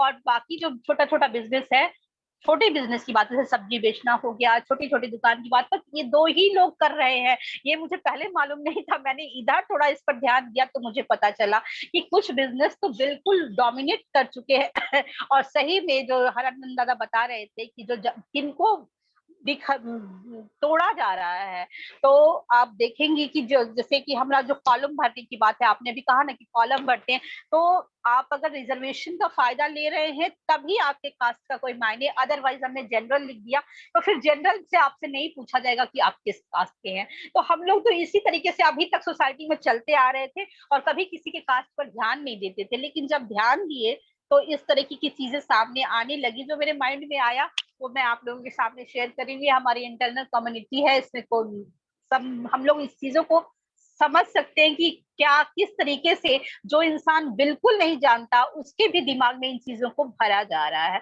ये मेरे कहने का उद्देश्य था। बहुत बहुत धन्यवाद आप दीदी आपका। और अब मीरा जी आज बिल्कुल साइलेंट है, क्या दीदी सुन पा रही हैं हम लोगों को कि कहीं से किसी और काम में बिजी हैं? मीरा दी लगता है किसी और काम में बिजी हैं। अब मैं LK अग्रवाल दादा से रिक्वेस्ट करूंगी कि अगर वो किसी और मीटिंग में नहीं हो और उनका फुल कंसंट्रेशन हमारी तरफ है तो वो प्लीज अपने आप को अनम्यूट करें। हाँ नमस्कार दीदी। नमस्कार दादा। एक्चुअली अभी बस हम तुरंत ज्वाइन किए हैं, बाहर था तो मैं बहुत सुन नहीं पाया लोगों ने क्या कहा, लेकिन ये पता चल रहा है कि कास्ट सिस्टम पर कुछ बातें हो रही हैं। तो इसी संदर्भ में मैं 2 शब्द कहूंगा, ज्यादा तो नहीं कहूंगा क्योंकि मुझे कुछ संदर्भ पता नहीं है। एक्चुअली जो कास्ट की बात है, ये पुराने जनरेशन के लोग तो कास्ट को मानते हैं और उससे निकलना उनके लिए बड़ा मुश्किल है, लेकिन जो यंग जनरेशन है वो कास्ट को नहीं मानता है, वो बड़ा लिबरल है। जो यंग जनरेशन है, पढ़े लिखे लोग हैं जो बाहर में काम कर रहे हैं, वो लोग कास्ट को, लेकिन वो सोचते हैं कि इसको तोड़ेगा कौन, इस बंधन को तोड़ेगा कौन। तो ये बंधन, ये तो पता ही है कि इसको अब आनंद मार्ग में बाबा ने जो फिलॉसफी की है रेवोल्यूशनरी मैरिज की और भी जो कास्ट बंधन को तोड़ने की बातें बाबा ने की है, तो आनंद मार्गी एक ऐसी संस्था है जो इस कास्ट बंधन को तोड़ेगी। और सब लोग चाहते हैं, जो यंग जनरेशन चाहते हैं कि कास्ट को तोड़े, लेकिन ये कैट को बेल कौन करेगा? सब लोग चाहते हैं कि भगत सिंह पैदा हो, लेकिन मेरे घर में नहीं, बगल के घरों में पैदा हो। तो ये जो मानसिकता है, इसको खत्म करना होगा। और हम लोग बहुत अच्छा प्रयास कर रहे हैं, और हम लोग इस तरह का डिस्कशन भी कर रहे हैं।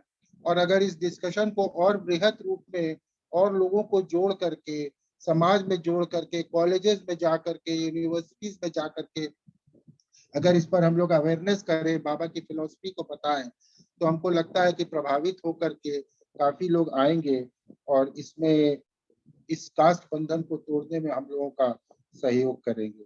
यही है दीदी, हम इतना ही कहना चाहेंगे, और हम अगली बार प्रिपेयर होके आएंगे। जी जी, बहुत बहुत धन्यवाद दादा जुड़ने के लिए। और दीदी बहुत देर से जुड़ी हुई हैं, शोभा दीदी, क्या वो कुछ शेयर करना चाहेंगी?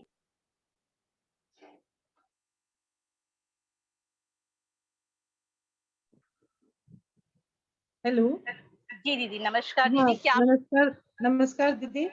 जी मैं भी श्रोता ही बनना ज्यादा पसंद करूंगी, और सुनना ही ज्यादा पसंद करूंगी, सबों की बात, सबों की राय, बाबा की बातें। मीरा दीदी के कारण मैंने अभी ज्वाइन किया है ये फोरम, और मंजुला दीदी की बातें लगातार सुन रही हूँ।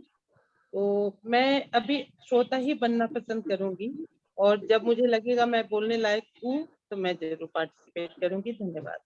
जी, बहुत बहुत धन्यवाद दीदी। हमेशा जुड़े रहे, यहाँ जो भी जुड़ते हैं, अभी आप नया जुड़ना शुरू किए हैं तो इसलिए आपको थोड़ी हिचक है। आप थोड़े दिन जब जुड़ेंगी तो आपको लगेगा कि हाँ बिल्कुल सभी अपने हैं और हम यहाँ कुछ भी शेयर कर सकते हैं। बहुत बहुत धन्यवाद दीदी आपका। जी धन्यवाद। जी हेलो। अब मैं प्रद्युम्न नारायण दादा से रिक्वेस्ट करूंगी कि दादा अपने आप को अनम्यूट करें।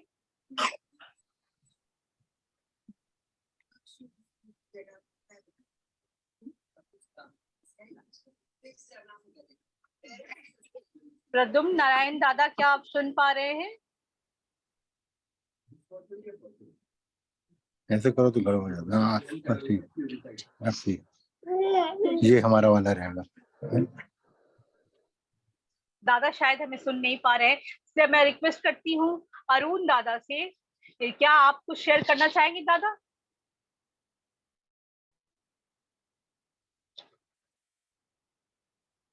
अरुण दादा, अगर आप कुछ शेयर करना चाहते हो तो अनम्यूट करके शेयर करें प्लीज।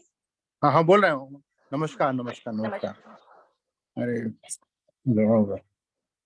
जी दादा, आप बोल सकते हैं, अब आप हाँ, unmute आवाज आ रही है हमारी? जी जी बिल्कुल आ रही है। हाँ, ये जो जाति व्यवस्था के बारे में है ना, जो खासकर बिहार में जो जाति जनगणना की अपन जो बातचीत कर रहे हैं, वो अभी बहुत बहुत ही ज्यादा निरर्थक है। वो पूरे राजनीतिक उसको एक्चुअली मूव दे दिया गया है। वो जो हमारे सिस्टम में चला आ रहा था ना जनगणना का, वैसा ही जनगणना होना उचित रहेगा, क्योंकि इससे क्या, एक तो इन्वेस्टमेंट बहुत ज्यादा हो जाएगा, दूसरा फिर जिस बात से हम दूर होना चाहते हैं, हमारा समाज दूर होना चाहता है कि कास्ट पॉलिटिक्स इज ए मतलब is a disease for society. In my opinion, as a socialist, I should say caste politics is a bad thing. और अपना बाबा का भी स्पष्ट कथन है कि जो जाति व्यवस्था, हम मनुष्य, एक पूरी मानव समाज ही एक जाति है एक्चुअली, ह्यूमन रेस। अपन ह्यूमन रेस की बात करें तो ये कास्टिज्म जो अभी जो मनुस्मृति के बेस पर बना है या हिंदू माइथोलॉजी पे बना है कास्टिज्म, वो उसको तो मानना ही नहीं चाहिए। और खासकर नीतीश कुमार या जो पॉलिटिकल लोग कर रहे हैं कि बिहार में जनगणना जाति आधारित होगी, कल को दूसरे प्रदेश भी कहेंगे, तो वो मेरे ख्याल से तो बहुत ज्यादा गलत है। और उसको उसका मतलब विरोध स्पष्ट रूप से सबको विरोध करना चाहिए, खासकर हम जैसे, अपन जैसे बुद्धिजीवी और जो इस तरह के जो लोग हैं, जो इंटेलेक्चुअल क्लास है, इनको इसका विरोध करना चाहिए। और बाबा ने भी कहा, बहुत स्पष्ट कहा है कि जाति व्यवस्था की कोई आवश्यकता नहीं है। और समाज में जो कम से कम अभी जो सिस्टम चल रहा है सरकारी तौर पे, भले वो हम उसके वो नहीं है समर्थक, मतलब इनके जो पॉलिटिकल सिस्टम, उसके हम पॉलिटिकल सिस्टम के भी अपन अपोज में हैं, लेकिन हाँ, लेकिन फिर भी क्या है कि जाति व्यवस्था जो है ना, वो समाज के लिए बहुत बड़ा रोग है। उस रोग से तो हमें बचा नहीं पाएगा समाज को। और भारत सरकार का जो दृष्टिकोण है, हाँ हाँ, वो दृष्टिकोण काफी अच्छा है कि वो जाति व्यवस्था को इस मामले में जाति जनगणना का सपोर्ट नहीं कर रही है। तो हम भी चाहते हैं कि जाति गणना का नहीं होना चाहिए। दूसरा, समाजशास्त्र के हिसाब से भी अगर देखें तो बहुत उचित होगा कि जो चल रहा है उसी को चलने दें, तथा हमें भविष्य में खासकर अनमार्क जैसे संस्था के लोगों को और हम लोगों का विशेष तौर पर दायित्व भी बनता है कि हम इस बात का स्पष्ट विरोध करें कि जाति गणना ना हो, क्योंकि इसमें तो एक तो इन्वेस्टमेंट भी है और जो सिस्टम में अपन चले जाएंगे वो बहुत ज्यादा निरर्थक और समाज का विरोध होगा उससे। तो मैं इसके विरोध में हूँ और चाहता हूँ कि अपन सभी लोग सरकार को अनुरोध करें कि जाति गणना का विरोध किया जाए। धन्यवाद। धन्यवाद दादा। अब मैं प्रद्युम्न नारायण दादा से रिक्वेस्ट करूंगी कि वो 2 शब्द अपने श्रीमुख से हमारे सामने रखें। नमस्कार। उनके बाद श्वेता आचार्य दीदी हैं, उनको जरा लीजिएगा। गीता रॉल दीदी हैं, उनको भी लीजिए। अभी किसको लेना है दादा से? अभी हम लोग उनके ओपिनियन ले लेते हैं, उसके बाद ना। हाँ दादा आप कंटिन्यू करिए। आवाज आ रही है ना? जी जी आ रही। मैं तो बहुत ज्यादा देर तक सुन नहीं पाया, और जितना सुना मंजुला का मैंने सुना, और काफी एक अच्छा प्रकाश डाला उसने भी। तो जाति व्यवस्था तो भारत की एक ऐसी व्यवस्था हिंदुओं में है, पूरे संसार का ध्यान इसने खींचा, और अनेकों सोशियोलॉजिस्ट और एंथ्रोपोलॉजिस्ट ने इस पर बहुत ज्यादा स्टडी किया। साउथ में भी ब्राह्मणवाद के खिलाफ एक जो आंदोलन चला, उसने भी एक बड़ी छाप छोड़ी, और वहाँ की सरकार भी बदल गई। खैर, लेकिन वो जो भी हो, लेकिन एक बड़ी बात है, सामाजिक स्तर से अब यह जाति व्यवस्था जो है वह लगभग 99% समाप्त हो गई। सामाजिक स्तर पर अब जाति का विद्वेष लगभग नहीं के बराबर। खास करके औद्योगिकरण और शहरीकरण ने इसमें एक बड़ी भूमिका निभाई है, और लगभग 99% सामाजिक स्तर पर यह जाति व्यवस्था का कोई असर नहीं। हाँ, राजनीति ने इसे एक नई धार दी है, और अभी भी जो यह जनगणना बिहार में कराई जा रही है, इसका मकसद नीची जातियों का कल्याण नहीं है, बल्कि अपने को राजनीति में स्थापित करने की एक नई चाल है।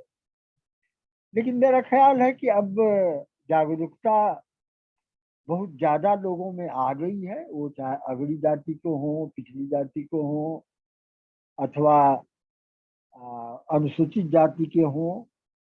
जो भी प्रबुद्ध लोग हैं इस जमात में, अब उन लोगों के मन में यह बात बैठ गई है कि यह जाति का नारा देकर जो जातिवादी नेता हैं वे जातियों का शोषण करते हैं।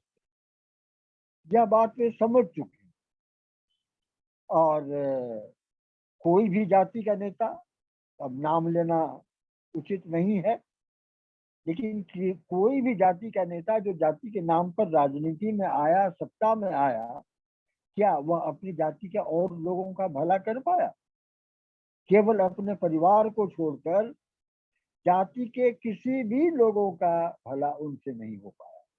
जितने भी आप देख लीजिए कि जाति के नाम पर जो भी नेता आए, जिन्होंने राजनीति में जाति के नाम पर अपने को स्थापित किया,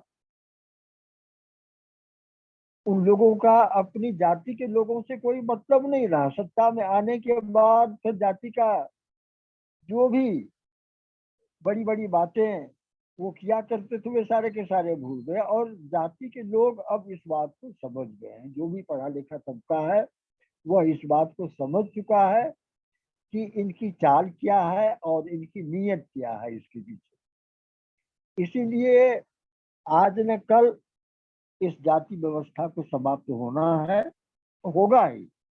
सामाजिक स्तर पर अब कोई न किसी की जाति पूछता है और न जानना ही चाहता है कि कौन किस जाति का है। आज जो भी चौका के भीतर काम कर रहा है, कल जिसके हाथ का लोग पानी नहीं पीते थे उसके हाथ का पानी पी रहे हैं। एक ऐसी मजबूरी हो गई है कि जिसके मन में यदि इस तरह की कोई कुंठा है भी, कोई वर्जना है भी, तो समय ने उसे एक ऐसे दायरे में लाकर रख दिया है जहां उसकी इस वर्जना का कोई महत्व नहीं। और बाबा ने यह जो आरएम मैरिज का एक विधान दिया है, तो मुझे याद है कि बाबा जब विदेश में थे तो उन्होंने वहाँ कुछ लोगों से पूछा था कि अच्छा बताओ कि आनंद मार्ग की सबसे बड़ी विशेषता क्या है। तो अपने अपने ढंग से लोगों ने बताया कि कोई किसी ने प्राउड का नाम लिया, किसी ने नवी मानवतावाद का, किसी ने किसी और का। तो बाबा इनकार करते रहे कि नहीं नहीं नहीं। तब उन लोगों के मन में समझ में नहीं बात आ रही थी कि आखिर आनंद मार्ग की सबसे बड़ी विशेषता क्या है।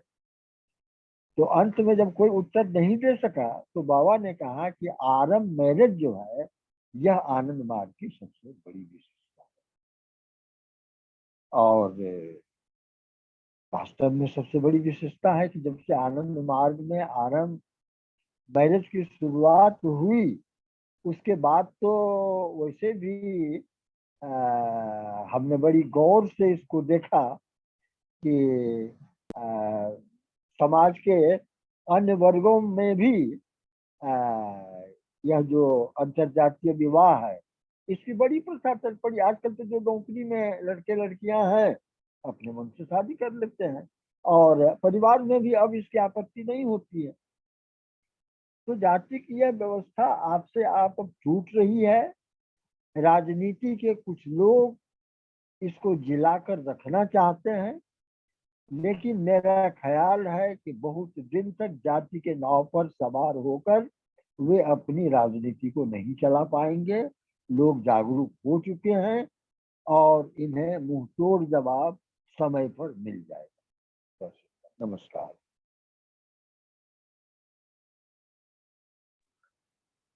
नमस्कार दादा, बहुत बहुत धन्यवाद दादा आपका जुड़ने के लिए। अभी मैं गीता रावल दीदी से रिक्वेस्ट करूंगी कि वो अपने आप को अनम्यूट करें और अपने ओपिनियन को हम लोगों के सामने रखें।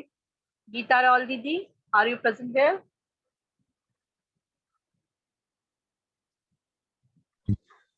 दीदी नमस्कार। नमस्कार दीदी। दीदी इतने दिग्गज, आप बोलेंगे हाँ अभी आपको कुछ ना कुछ बोलना ही है। मैं इतने लोगों का अच्छे से इतना सुन रही हूँ और ये नया टॉपिक लगा थोड़ा सा, क्योंकि नया इन द सेंस कि बिहार में क्या चल रहा है वो हमें यहाँ पे मतलब इतना उसका ये नहीं हुआ है, क्योंकि सिटी साइड में तो जातिवाद और उतना ये नहीं मायने नहीं रखते लोग, काफी मतलब फ्री हैं ऐसे, तो कोई कास्ट से इतना ये रिलेट नहीं करता है हर बात को। मगर अगर वहाँ का रूरल एरियाज में ज्यादातर ये सब होता है कि अमुक कास्ट है और ये इसमें है और उसमें है। यहाँ पे मुझे इतना इफेक्ट नहीं दिखाई देता, लोग काफी फ्री है।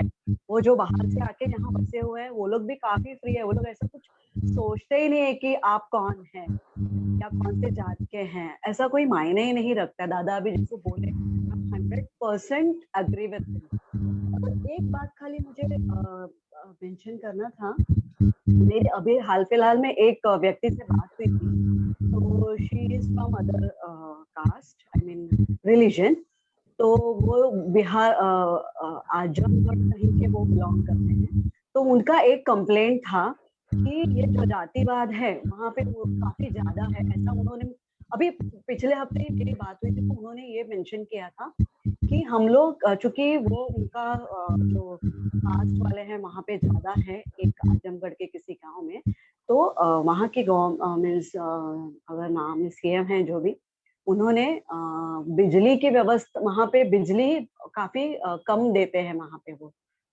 कटौती ज्यादा होती है, जबकि दूसरे पार्ट्स में अच्छे से रहता है, जहाँ पे 8 घंटा 10 घंटा बिजली पहले मिलती थी, अभी उनको 4 या 5 घंटे मिल रही है, ऐसा उनका कंप्लेंट था। तो ये उनका ये कहना था कि जानबूझ के वहां पे कम्युनल राइट्स हो या ये जातिवाद का बीज बोने का उनका ये शायद चालू है। तो आई एम नॉट श्योर, कहीं मैंने पढ़ा भी नहीं है या कुछ ये भी नहीं पता है, बट हाँ मैन टू मैन 1 to 1 जो बात होती है वो मेरी उनसे बात हुई थी, तो इस बारे में उन्होंने मेंशन किया था। तो तभी मुझे अजीब लगा था, मतलब नहीं नहीं आप गलत है, आप कहीं कुछ अलग सोच रहे हैं, आजकल इतना कोई नहीं सोचता है, और एक पर्टिकुलर रिलीजन के लोग वहां रह रहे हैं इसलिए आपको बिजली ना मिले, ये तो काफी मतलब मुझे पुअर लगा। तो मैंने उनको जस्ट ये अवॉइड किया या उन्हें कन्विंस करने की कोशिश की, नहीं नहीं ऐसा नहीं, आप लोगों का ये मिसअंडरस्टैंडिंग है, बट शी वाज इंसिस्टिंग कि नहीं ये सच है। तो आई डोंट नो, बट अभी तो यहाँ पे तो मतलब कुछ लगता नहीं, और उत्तर बिहार के वगैरह यहाँ पे तो बहुत सारे लोग ऐसे हमें कहीं भी देखने को नहीं मिलता है, लोग काफी फ्री हैं और डजंट माइंड, मतलब अभी तो वो कॉलम भरना भी किसी को जरूरी नहीं लगता है दीदी। पहले हम लोग बच्चों का एडमिशन के लिए हमें वो करना पड़ता था, आप कौन से कास्ट, सब कास्ट, ये कास्ट, टाइटल, वो सब कुछ। अभी तो वैसे कुछ भी मतलब सभी चलता है ऐसे बोल सकते हैं। तो we will take opinion from others, because बहुत सारे मान्यवर है। I am so sorry, I am very small in this case. Thank you so much, thanks a lot. Thank you so much दीदी। और मैं पूरे फोरम को बताना चाहती हूँ कि गीता रावल दीदी बहुत टैलेंटेड है और बहुत सपोर्टिव है, लेकिन बिल्कुल साइलेंट सपोर्ट करती हैं, वो बोलना पसंद नहीं करती हैं। आज उनको हम लोगों ने जबरदस्ती बुलवाया है, इसलिए वो ऐसा बोल रही है। कोई उनको ये ना समझे कि वो नहीं बोलती है, तो वो कम जानती है, वो अच्छी सर्विसेज भी दे चुकी है और वो अभी रिटायर्ड है, इसलिए वो सिर्फ बोलने से साइड रहती है। बहुत बहुत धन्यवाद दीदी आपका। बहुत मीटिंग में आती है और बिल्कुल कुछ भी नहीं बोल के लास्ट में मीटिंग खत्म होता है, तब ये हम लोगों को कांग्रेचुलेशंस देती है। तब मुझे इतना अफसोस आता है कि हम लोग एक बार भी इनका नाम भी नहीं दिए। तो अभी तो आज ये गलती नहीं हुई। थैंक यू दीदी। नहीं दीदी ऐसा कुछ नहीं है, प्लीज। Thank you. अभी निर्मला सिंह दीदी कुछ शेयर करना चाहेंगी। दीदी नमस्कार। नमस्ते। मैं आज सिर्फ सुन रही हूँ और सुनना ही चाहूंगी। बाकी तो जातीयता पर तो पिछली बार बातें हो चुकी थी और मैंने प्रॉब्लम भी शेयर किया था, तो सेम चीजों को शेयर करके मैं नहीं समझती कि दूसरों का टाइम खराब किया जाए, है ना। तो आज मैं सुन रही हूँ। नमस्कार। ठीक है दीदी, आप बने रहें। बहुत बहुत धन्यवाद दीदी आपका। अब श्वेता आचार्य दीदी से मैं रिक्वेस्ट करूंगी, वो शायद नॉर्थ ईस्ट में है अभी, वो कुछ शेयर करें। श्वेता आचार्य दीदी नमस्कार। हाँ, नमस्कार दीदी। अभी तो मैं सबसे सुनी, बहुत अच्छा लगा है जो कास्ट के बारे में ना, जात के बारे में, यहाँ बहुत है नॉर्थ ईस्ट में छुआछूत को लेके, जाति कास्ट यहाँ तो भरे पूरा जितने जो रूढ़िवादी का यहाँ है। किंतु यही है जो बाबा ने जो रेगुलेशन मैरिज दिए हुए हैं, इसके आधार पे चलो हम लोग का आनंद मार्ग में एक रेगुलेशन मैरिज बाबा ने नाम दिया, किंतु ये अभी हर एरिया पे बहुत जोर शोर से चल रहा है। लड़के कॉलेज में जाते हैं, लड़कियां जाते हैं, अपने आप तय कर लिया घर में, मानो ना मानो, नहीं तो मानो, वो कोर्ट में जाकर कोर्ट मैरिज कर दे रहे हैं। क्योंकि बाबा ने जब दिए हुए कुछ सोच समझ के दिए हैं, वो दे दिए, बहुत अच्छा है, क्योंकि बाबा को पता है फ्यूचर क्या होने वाला है। तो इसीलिए जो भी ये राजनीति के तौर पे ला रहे हैं, उन्हीं के बच्चा नहीं तो उन्हीं के बच्चे ही इसको तोड़ देंगे। इसीलिए अभी प्रद्युम्न दादा का एक चीज मुझे बहुत अच्छा लगा, जे ये आज नहीं तो कल खत्म हो जाएगा। जो आज राजनीति के पीढ़ी पे ला रहे हैं ना, उन्हीं बच्चे तो उन्हीं के बच्चे ही इसको तोड़ देंगे। वो जब दूसरे कास्ट में चले जाएंगे, वो कितने राजनीति करेंगे। तो इसीलिए ये बहुत बड़ा इश्यू नहीं है।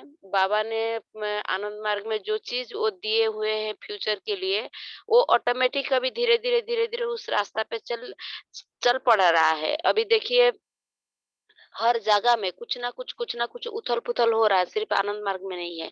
इसलिए रेगुलेशन मैरिज जो बाबा दिए हुए हैं, ये चल रहा है, राजनीति का चलता रहेगा, किंतु उन्हीं के ऊपर जो है भारी पड़ जाएगी, वो ऑटोमेटिक खत्म हो जाएगी। और उसके बीच में तो मुझे बहुत अच्छा लगा, जे कुछ-कुछ जगह में अभी भी बहुत जोर-शोर से है। ये जात को मानना और में स्कूल में जाने से उनका हर चीज बायोडाटा को सही से नहीं होने से बच्चे को एडमिशन नहीं लेते। बहुत अभी भी बहुत एक-एक एरिया में है कुछ भी नहीं है, और एक-एक एरिया में है बहुत जोर-शोर से अभी भी चल रही है। किंतु ये फ्यूचर के लिए ये नहीं रहने वाला, किंतु अभी का पीढ़ी में इसको काफ़ी दिन तक ये चलेंगी। बस दीदी इतना ही बोलना था, कुछ नहीं। नमस्कार। नमस्कार दीदी, बहुत बहुत धन्यवाद दीदी आपका। लेकिन मैं एक बात बता दूं, क्योंकि मैं पटना में हूँ, बिहार से हूँ, तो यहाँ पे बच्चों के एडमिशन में, मेरे बच्चे बहुत अच्छे स्कूल में पढ़ते हैं, प्राइवेट स्कूल्स में, तो वहाँ पे कभी कोई कास्ट नहीं पूछा गया। एक कैटेगरी पूछी जाती है कि आपके रिजर्व कैटेगरी से है या इकोनॉमिकली वीकर सेक्शन से है, और अदरवाइज हम जनरल लिख देते हैं। उसके बाद फिर अलग से कोई कास्ट वहाँ मेंशन नहीं करना होता। अब सरकारी स्कूलों में क्या स्थिति है ये मुझे मालूम नहीं है, लेकिन वहां भी मुझे ऐसा नहीं लगता। अगर आपको कोई रिजर्वेशन का लाभ लेना है, शेड्यूल कास्ट से है, ओबीसी से है, तो आपको मेंशन करना जरूरी है। अदरवाइज जनरल लिख देने के बाद फिर कुछ और मेंशन नहीं। और अगर आप किसी भी कास्ट से हैं और जनरल लिख देते हैं, तो इसका मतलब है कि आप रिजर्वेशन नहीं लेना चाहते हैं, कोई बेनिफिट नहीं लेना चाहते हैं, फिर आपको कास्ट के नाम पे डिस्टर्ब भी नहीं किया जाएगा। तो ये अच्छा होगा कि हम आगे बढ़ के अपने आप को, अगर किसी भी कास्ट से हैं, जनरल ही लिखना शुरू करें, हमें कोई रिजर्वेशन नहीं चाहिए। तो ये भी हमारी तरफ से भी पहल होगी। हम ही क्यों लालच में पड़ते हैं? अगर हम में से कोई ना कोई रिजर्वेशन के लिए जाता है ना, रिजर्वेशन की मांग करता है, क्यों हम जाते हैं? अगर हम ही उसको छोड़ना शुरू कर दे, हम अपने आप में क्वालिटीज डेवलप करना शुरू कर दे। या हम महिला हैं तो हम क्यों चाहते हैं कि हमको एक वेटेज एक्स्ट्रा दिया जाए महिला के रूप में? क्यों नहीं हम अपने इंटेलेक्ट को इतना डेवलप कर लें कि दादा लोग को पूछना पड़े कि यार दीदी लोग, आप लोग हमारे फोरम में आइए एक्सपर्ट के रूप में। ठीक है, हो सकता है हम कम होंगे, लेकिन हम अपने आप को डेवलप तो कर ही सकते हैं और कर ही रहे हैं। क्योंकि हमारी मदर्स लोग जो थी, तो उन लोगों को तो कोई इंटेलेक्चुअल फोरम में नहीं बुलाता था, उनकी तुलना में हम लोगों ने अपने आप को डेवलप किया। निश्चित मेरी डॉटर नहीं है बायोलॉजिकल, फिर भी जो हमारी डॉटर्स हैं वो हमसे ज्यादा अपने आप को डेवलप करेंगी। इसी तरीके से हम हर एक चीज में, हर क्षेत्र में खुद ही गिव अप कर दे कि नहीं, मुझे कोई आपसे सहूलियत चाहिए ही नहीं, मैं इतनी एबल हूँ, मैं अपने आप को इतना एबल बनाऊंगी और जितनी मेरी एबिलिटी होगी मैं उतना ही लूंगी। तो एक ये भी पहल हमारी तरफ से हो सकती है। ये मेरा अपना राय था, किसी को कोई इससे असहमत भी हो सकते हैं, इससे कोई भी, सबकी अपनी अपनी ओपिनियन है। धन्यवाद। अब अगर कोई खुद से अपने आप को अनम्यूट करें, बोले तो ज्यादा अच्छा रहेगा, क्योंकि मैं बार बार अगर कोई नहीं बोलना चाहता उसको छेड़ूं, ये भी एक अच्छी बात नहीं है। कोई सत्यनारायण दादा हैं, वो अपने आप को अनम्यूट करना चाहेंगे?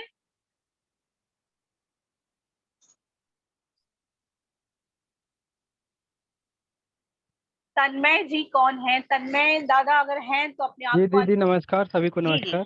नमस्कार नमस्कार। दीदी जो टॉपिक हमारा वो कास्ट सिस्टम बिहार पे है और सेंसस पे है। तो सेंसस तो अभी तो अच्छा स्टेप हुआ दीदी कि ये रुक गया, बट मेरा इतना ही कहना सबमिशन है कि ये आर्थिक आधार पे हो तो वो अच्छा रहेगा। कास्ट सेंसस नहीं हो, वो आर्थिक बेसिस पे हो, ताकि जो भी है कि पिछड़े वर्ग है, गरीब है, उनको लाभ मिल सके। इस बेसिस पे अगर इस नियत से अगर सरकार जाए तो वो अच्छा रहेगा। थैंक यू दीदी, धन्यवाद। थैंक यू सो मच दादा। वो लोग तो किसी भी आधार पे जनगणना अगर कराते हैं, तो अगर आपके पास इनकम टैक्स आ रहा है ऑलरेडी, किसके पास कितने पैसे आते हैं इसकी काउंटिंग होती है गवर्नमेंट के पास। तो अगर रियल में काम करने की इच्छा हो तो काम बहुत आसानी से किया जा सकता है। इसके लिए बहुत ज्यादा डाटा कलेक्ट करने की आवश्यकता नहीं है, इसके लिए इच्छा शक्ति की आवश्यकता है, जो मेरी समझ है। और अगर हम मैनिपुलेट करें, तरह तरह की बातों को बताएं, तो वही सेंसस की जगह सर्वे शब्द को यूज करें, और कंटीजेंसी फंड की जगह पे हम उसको बजट शब्द इस्तेमाल कर ले, लेकिन जनता का पैसा खाएंगे। तो ये तो शब्दों का माया जाल, तो जितने इंटेलेक्चुअल्स होंगे उतना ज्यादा बनाएंगे। हम लोग हो सकता है थोड़े कम है तो अभी थोड़े कम ही जाल बुनते हैं। जितने ज्यादा इंटेलेक्चुअल होते जाते हैं शब्द उतने ज्यादा आ जाते हैं उनको। जब तक नहीं पढ़े तब तक ये सब नहीं आता। लेकिन मेरा बस यही मानना है कि करने की इच्छा अगर है तो किसी भी सेंसस के बगैर भी अगर हमारे पास इकोनॉमिकली कौन वीकर है ये बहुत अच्छे से सबको पता चलता है। ये कोई छिपने की चीज नहीं है, ये छिपती नहीं है किसकी इकोनॉमिक कंडीशन क्या है। और डेवलपमेंट की आवश्यकता हर किसी को है। कुछ कैपिटलिस्ट लोग हैं जिनके पास बहुत ज्यादा पैसा है, अदरवाइज हर किसी को जो 5 फंडामेंटल चीजें हैं वो सबको चाहिए। और सभी चाहते हैं कि हमारे बच्चे स्टैंडर्ड के स्कूल में पढ़े, चाहे हम घर में कम खाना खाएं, हम खुद कम चीजों को अवेल करें, लेकिन हमारे बच्चे अच्छे पढ़े तो हम अच्छा एजुकेशन क्यों ना सबको प्रोवाइड करा दे, ताकि कल को कोई भी वीकर सेक्शन नहीं हो, किसी को भी एक अलग से रिजर्वेशन की आवश्यकता नहीं हो। तो बेसिक चीज मुझे जो समझ में आ रही है वो लगता है कि एजुकेशन सिस्टम को ठीक कर दिया जाए, सभी लोग इस इंटेलेक्चुअल्स हो जाए, एटलीस्ट उस माया जाल को समझने लगे, फिर तोड़ने भी लगेंगे। ये मेरा अपनी सोच है, अपनी राय है। इस पे आप लोग। हाँ जी दीदी, आप एकदम बिल्कुल सही बोली जो भी बोले हैं। मेरा ये इतना है कि दीदी जैसे सेंसस है, सेंसस तो जरूरी है कोई भी सिस्टम को सही से रन कराने के लिए। तो उसमें क्या है कि इनकम टैक्स देते हैं तो वो लिमिटेड लोग हैं, बाकी और लोगों का कंडीशन इतनी बुरी है कि उसको एक वक्त का भी रोटी मतलब नसीब नहीं हो रहा। तो सबसे पहले उनको प्रायोरिटी दी जाए। आनंद मार्ग में बाबा बताएं कि सबसे पहले उनको देना चाहिए जिनकी की सबसे पहली प्रायोरिटी है। तो ये तो डाटा होना चाहिए, लेकिन यही नियत होना चाहिए दीदी कि उस भलाई के लिए हम जा रहे हैं। बस दीदी इतना है, thank you. Thank you so much दादा। आप लोग रेगुलर जुड़े। हमारा 2 फोरम है, एक हमारा गर्ल प्रोटेस्ट का फोरम है, दूसरा हमारा यूनिवर्सल फोरम है जिसमें महिलाएं और पुरुष समान रूप से आते हैं। वो हमारा सैटरडे को होता है, उसमें भी आप लोग ज्वाइन कर सकते हैं। और जब जीपीआईएफ में, वो हमारा यूपीआईएफ है और ये जीपीआईएफ है, गर्ल प्रोटेस्ट इंटेलेक्चुअल फेडरेशन। इसमें जब ब्रदर्स इन्वाइटेड होते हैं तभी ब्रदर्स आते हैं। कभी कभी हम लोग सब सिस्टर्स मिलकर ही इस मीटिंग को कर लेते हैं। तो जब भी ब्रदर्स लिख करके आप लोगों के पास मैसेज जाए तो सारे ब्रदर्स इन्वाइटेड होते हैं। और जब ब्रदर नहीं लिखा हो इसका मतलब है कि सिर्फ दीदियां हैं। लेकिन यूपीआईएफ के फोरम में हमेशा ही ब्रदर्स इन्वाइटेड हैं, इसलिए जो लोग भी नए हैं, न्यू कमर्स हैं, मैं उनसे रिक्वेस्ट करूंगी कि वो दोनों ही फोरम में रेगुलर आए। निश्चित रूप से आपका कुछ ना कुछ यहाँ पे ज्ञानवर्धन जरूर होगा। हम लोग बहुत विद्वान नहीं है, लेकिन हाँ एक दूसरे से अलग अलग पॉइंट्स लेते हैं, सबके मन में कुछ नई बातें होती हैं। साधक सभी जरूर है, थोड़ी भी साधना करते हैं तो उनका माइंड एलिवेट होता है, उनके मन में जो बातें आती हैं निश्चित रूप से उससे समाज का कुछ ना कुछ लाभ जरूर होगा। और जुड़े रहने से एक उत्साह भी बनता है। जितने अधिक हमारे पार्टिसिपेंट्स होते हैं, ऑर्गेनाइजर्स को भी एक उत्साह होता है कि हाँ हम जो कर रहे हैं उसको लोग पसंद कर रहे हैं। जी बहुत बहुत धन्यवाद। अभी कोई और स्वर्णलता दीदी है, वो कुछ बोलना चाहेंगी? स्वर्णलता दीदी, are you still there? Swarnalata दीदी, क्या आप सुन पा रही हैं?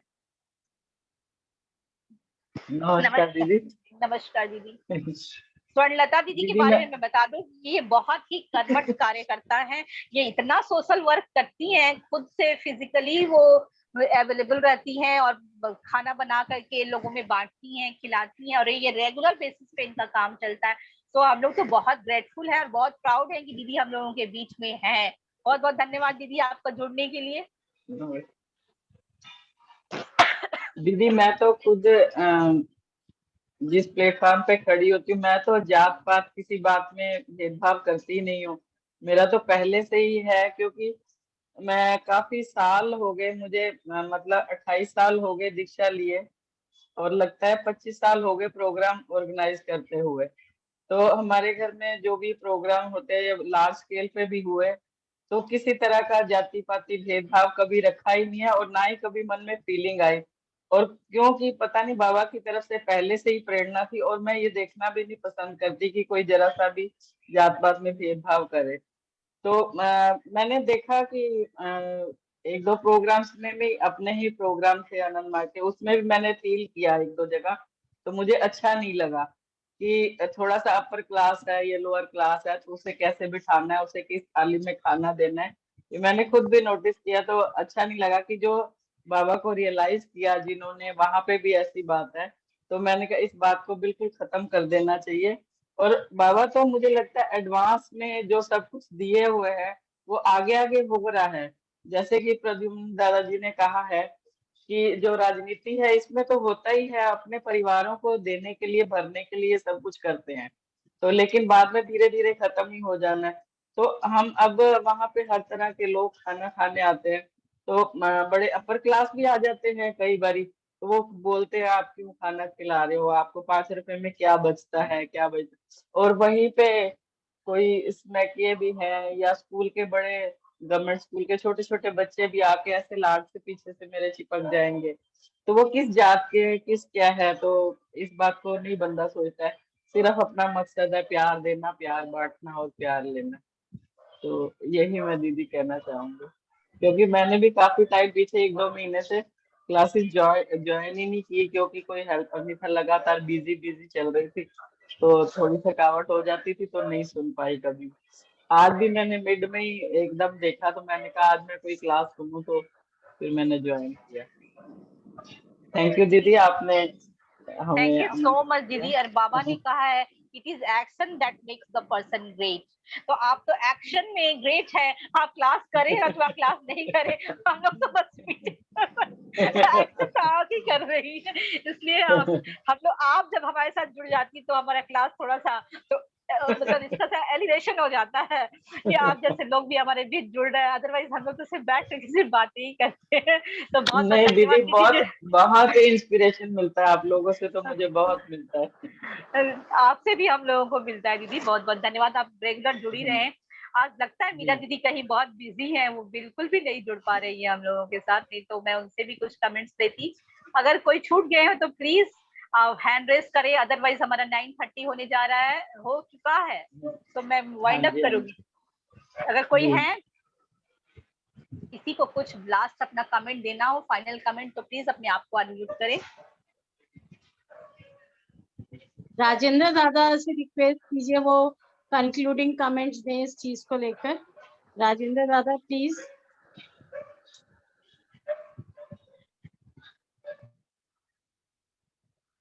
दादा की आवाज नहीं आ रही है। नहीं दादा, आपकी आवाज नहीं आ रही है। Now it's coming. Yeah. Sorry. नमस्कार। एक्चुअली दीदी कहते हैं ना कि परम पुरुष की जब बोल दिए हैं तो प्रकृति का काम है, वो कर रही है, और हम लोग देख रहे हैं कि ऐसा हो रहा है जैसा सब लोगों ने कहा। बट ये सच है कि ये जहाँ पढ़े लिखे लोग हैं वहीं पर ज्यादा हो रहा है, जैसा कि अभी पूनम दीदी ने बोला। इसलिए बेसिक एजुकेशन पे यदि हम लोग ध्यान दे देते हैं ये सब चीजें अपने आप हट जाएंगी, क्योंकि लोग थोड़ा लॉजिकल हो जाते हैं। Once you are logical you will get rid of all this kind of negativity. बाबा एक जगह कहते हैं, as a concluding statement I will read his saying that caste vanity makes human being slaves. गुलाम बनाता है स्क्रिप्चर्स का मनुष्य को जो कास्ट में विश्वास करते हैं। कहते हैं कि वो चिल्ड्रन ऑफ आनंद मार्ग, you have to rise above the caste discrimination and attain a state beyond the attributes. You must not aspire to be the white colored Vipra, the blood red colored Kshatriya, the blood and black colored and yellow colored Vaishya, or the dark colored Shudra. You have to rise above all these to attain the state beyond the attributes. You have to meditate on Purusha, reflect on your universality and know your original form. So in this beginning, you have to become the white color Vipra.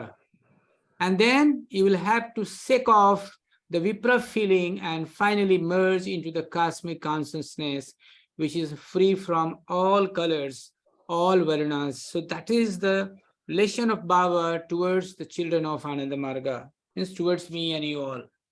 So that is what I feel was worth to conclude. Thank you, Didi. Namaskar for giving me. Thank you so much, Dada. और मैं बस एक बात और मेरे ख्याल में जो आ रहा है, दादा ने तो कंक्लूड कर दिया, बाबा के वर्ड्स के बाद कोई वर्ड्स नहीं बचते हैं, लेकिन हमारे सोसाइटी की ही एक देन है, जो हमारे सोशल स्ट्रक्चर है, एक हमारे बीच स्पेशल मैरिज एक्ट लाना पड़ा सर गवर्नमेंट को। अगर स्पेशल मैरिज एक्ट नहीं होता तो आज हमारी सोसाइटी कहाँ होती। इट मीन्स कहीं ना कहीं सोसाइटी ने भी इन चीजों को एक्सेप्ट किया है, और सोसाइटी अब नहीं चाहती है इस बंधन में बंध के रहना। अगर ऐसा नहीं होता तो ये special marriage act, foreign marriage act, ये सब कभी नहीं आते, और ये सब नहीं आते तो हम लोग भी चाह कर बहुत कुछ नहीं कर पाते। आज हमारे आनंदबाग सोसाइटी के बाहर लोग जो इंटरकास्ट मैरिज कर पा रहे हैं, वो ये स्पेशल मैरिज एक्ट की देन है। यस दीदी, यस दीदी। ये तो कहीं ना कहीं सोसाइटी भी चेंज हुई है, इस चीजों को हम लोगों को तो मानना ही होगा, और इसका दबाव आज न कल लोगों पे पड़ेगा ही। अपने बच्चों को लोग जब बाहर पढ़ने को भेज रहे हैं तो निश्चित रूप से उनके बच्चे कुछ और पढ़ करके भी आएंगे, इनकी पढ़ाई के अलावे भी वो चीजों को सीखेंगे। और इसी एक उम्मीद के साथ कि बाबा के हर एक वर्ड्स को हम लोग चरितार्थ होते हुए अपनी आंखों से देखेंगे। अभी हमारे पिताजी हैं जीवित, वो बोलते हैं कि बाबा बोले हैं कि तुम लोग अपनी आंखों से देखोगे कि लड़की का मायके एक ग्रह पे और ससुराल दूसरी ग्रह पे होगा। हम बोले इसका मतलब आप लोग अभी और बचेंगे क्योंकि अभी तो हम लोग नहीं देख पा रहे हैं इसको, लेकिन जब बोले हैं तो यानी ये भी बहुत निकट भविष्य में होने को है। अभी हम लोग बहुत छोटे स्तर पे चर्चा कर रहे हैं, फिर हम लोग और बृहद स्तर पे चर्चा करेंगे, और इसी एक उम्मीद के साथ कि शायद हम लोग भी उन चीजों को अपनी आंखों से देखें। और मैं इस सेशन को समाप्त करना चाहूंगी। बहुत बहुत धन्यवाद आप सबों का जुड़ने के लिए। आप लोग रेगुलर GPIF और UPIF के प्लेटफॉर्म पर जुड़ते रहें। धन्यवाद सभी का। Good night. Please join on Saturday also, all of you. Thank you and welcome. Sure दादा, श्योर, इट्स Sure, आवर दादा। ड्यूटी। नमस्कार दादा, नमस्कार नमस्कार। एवरीवन।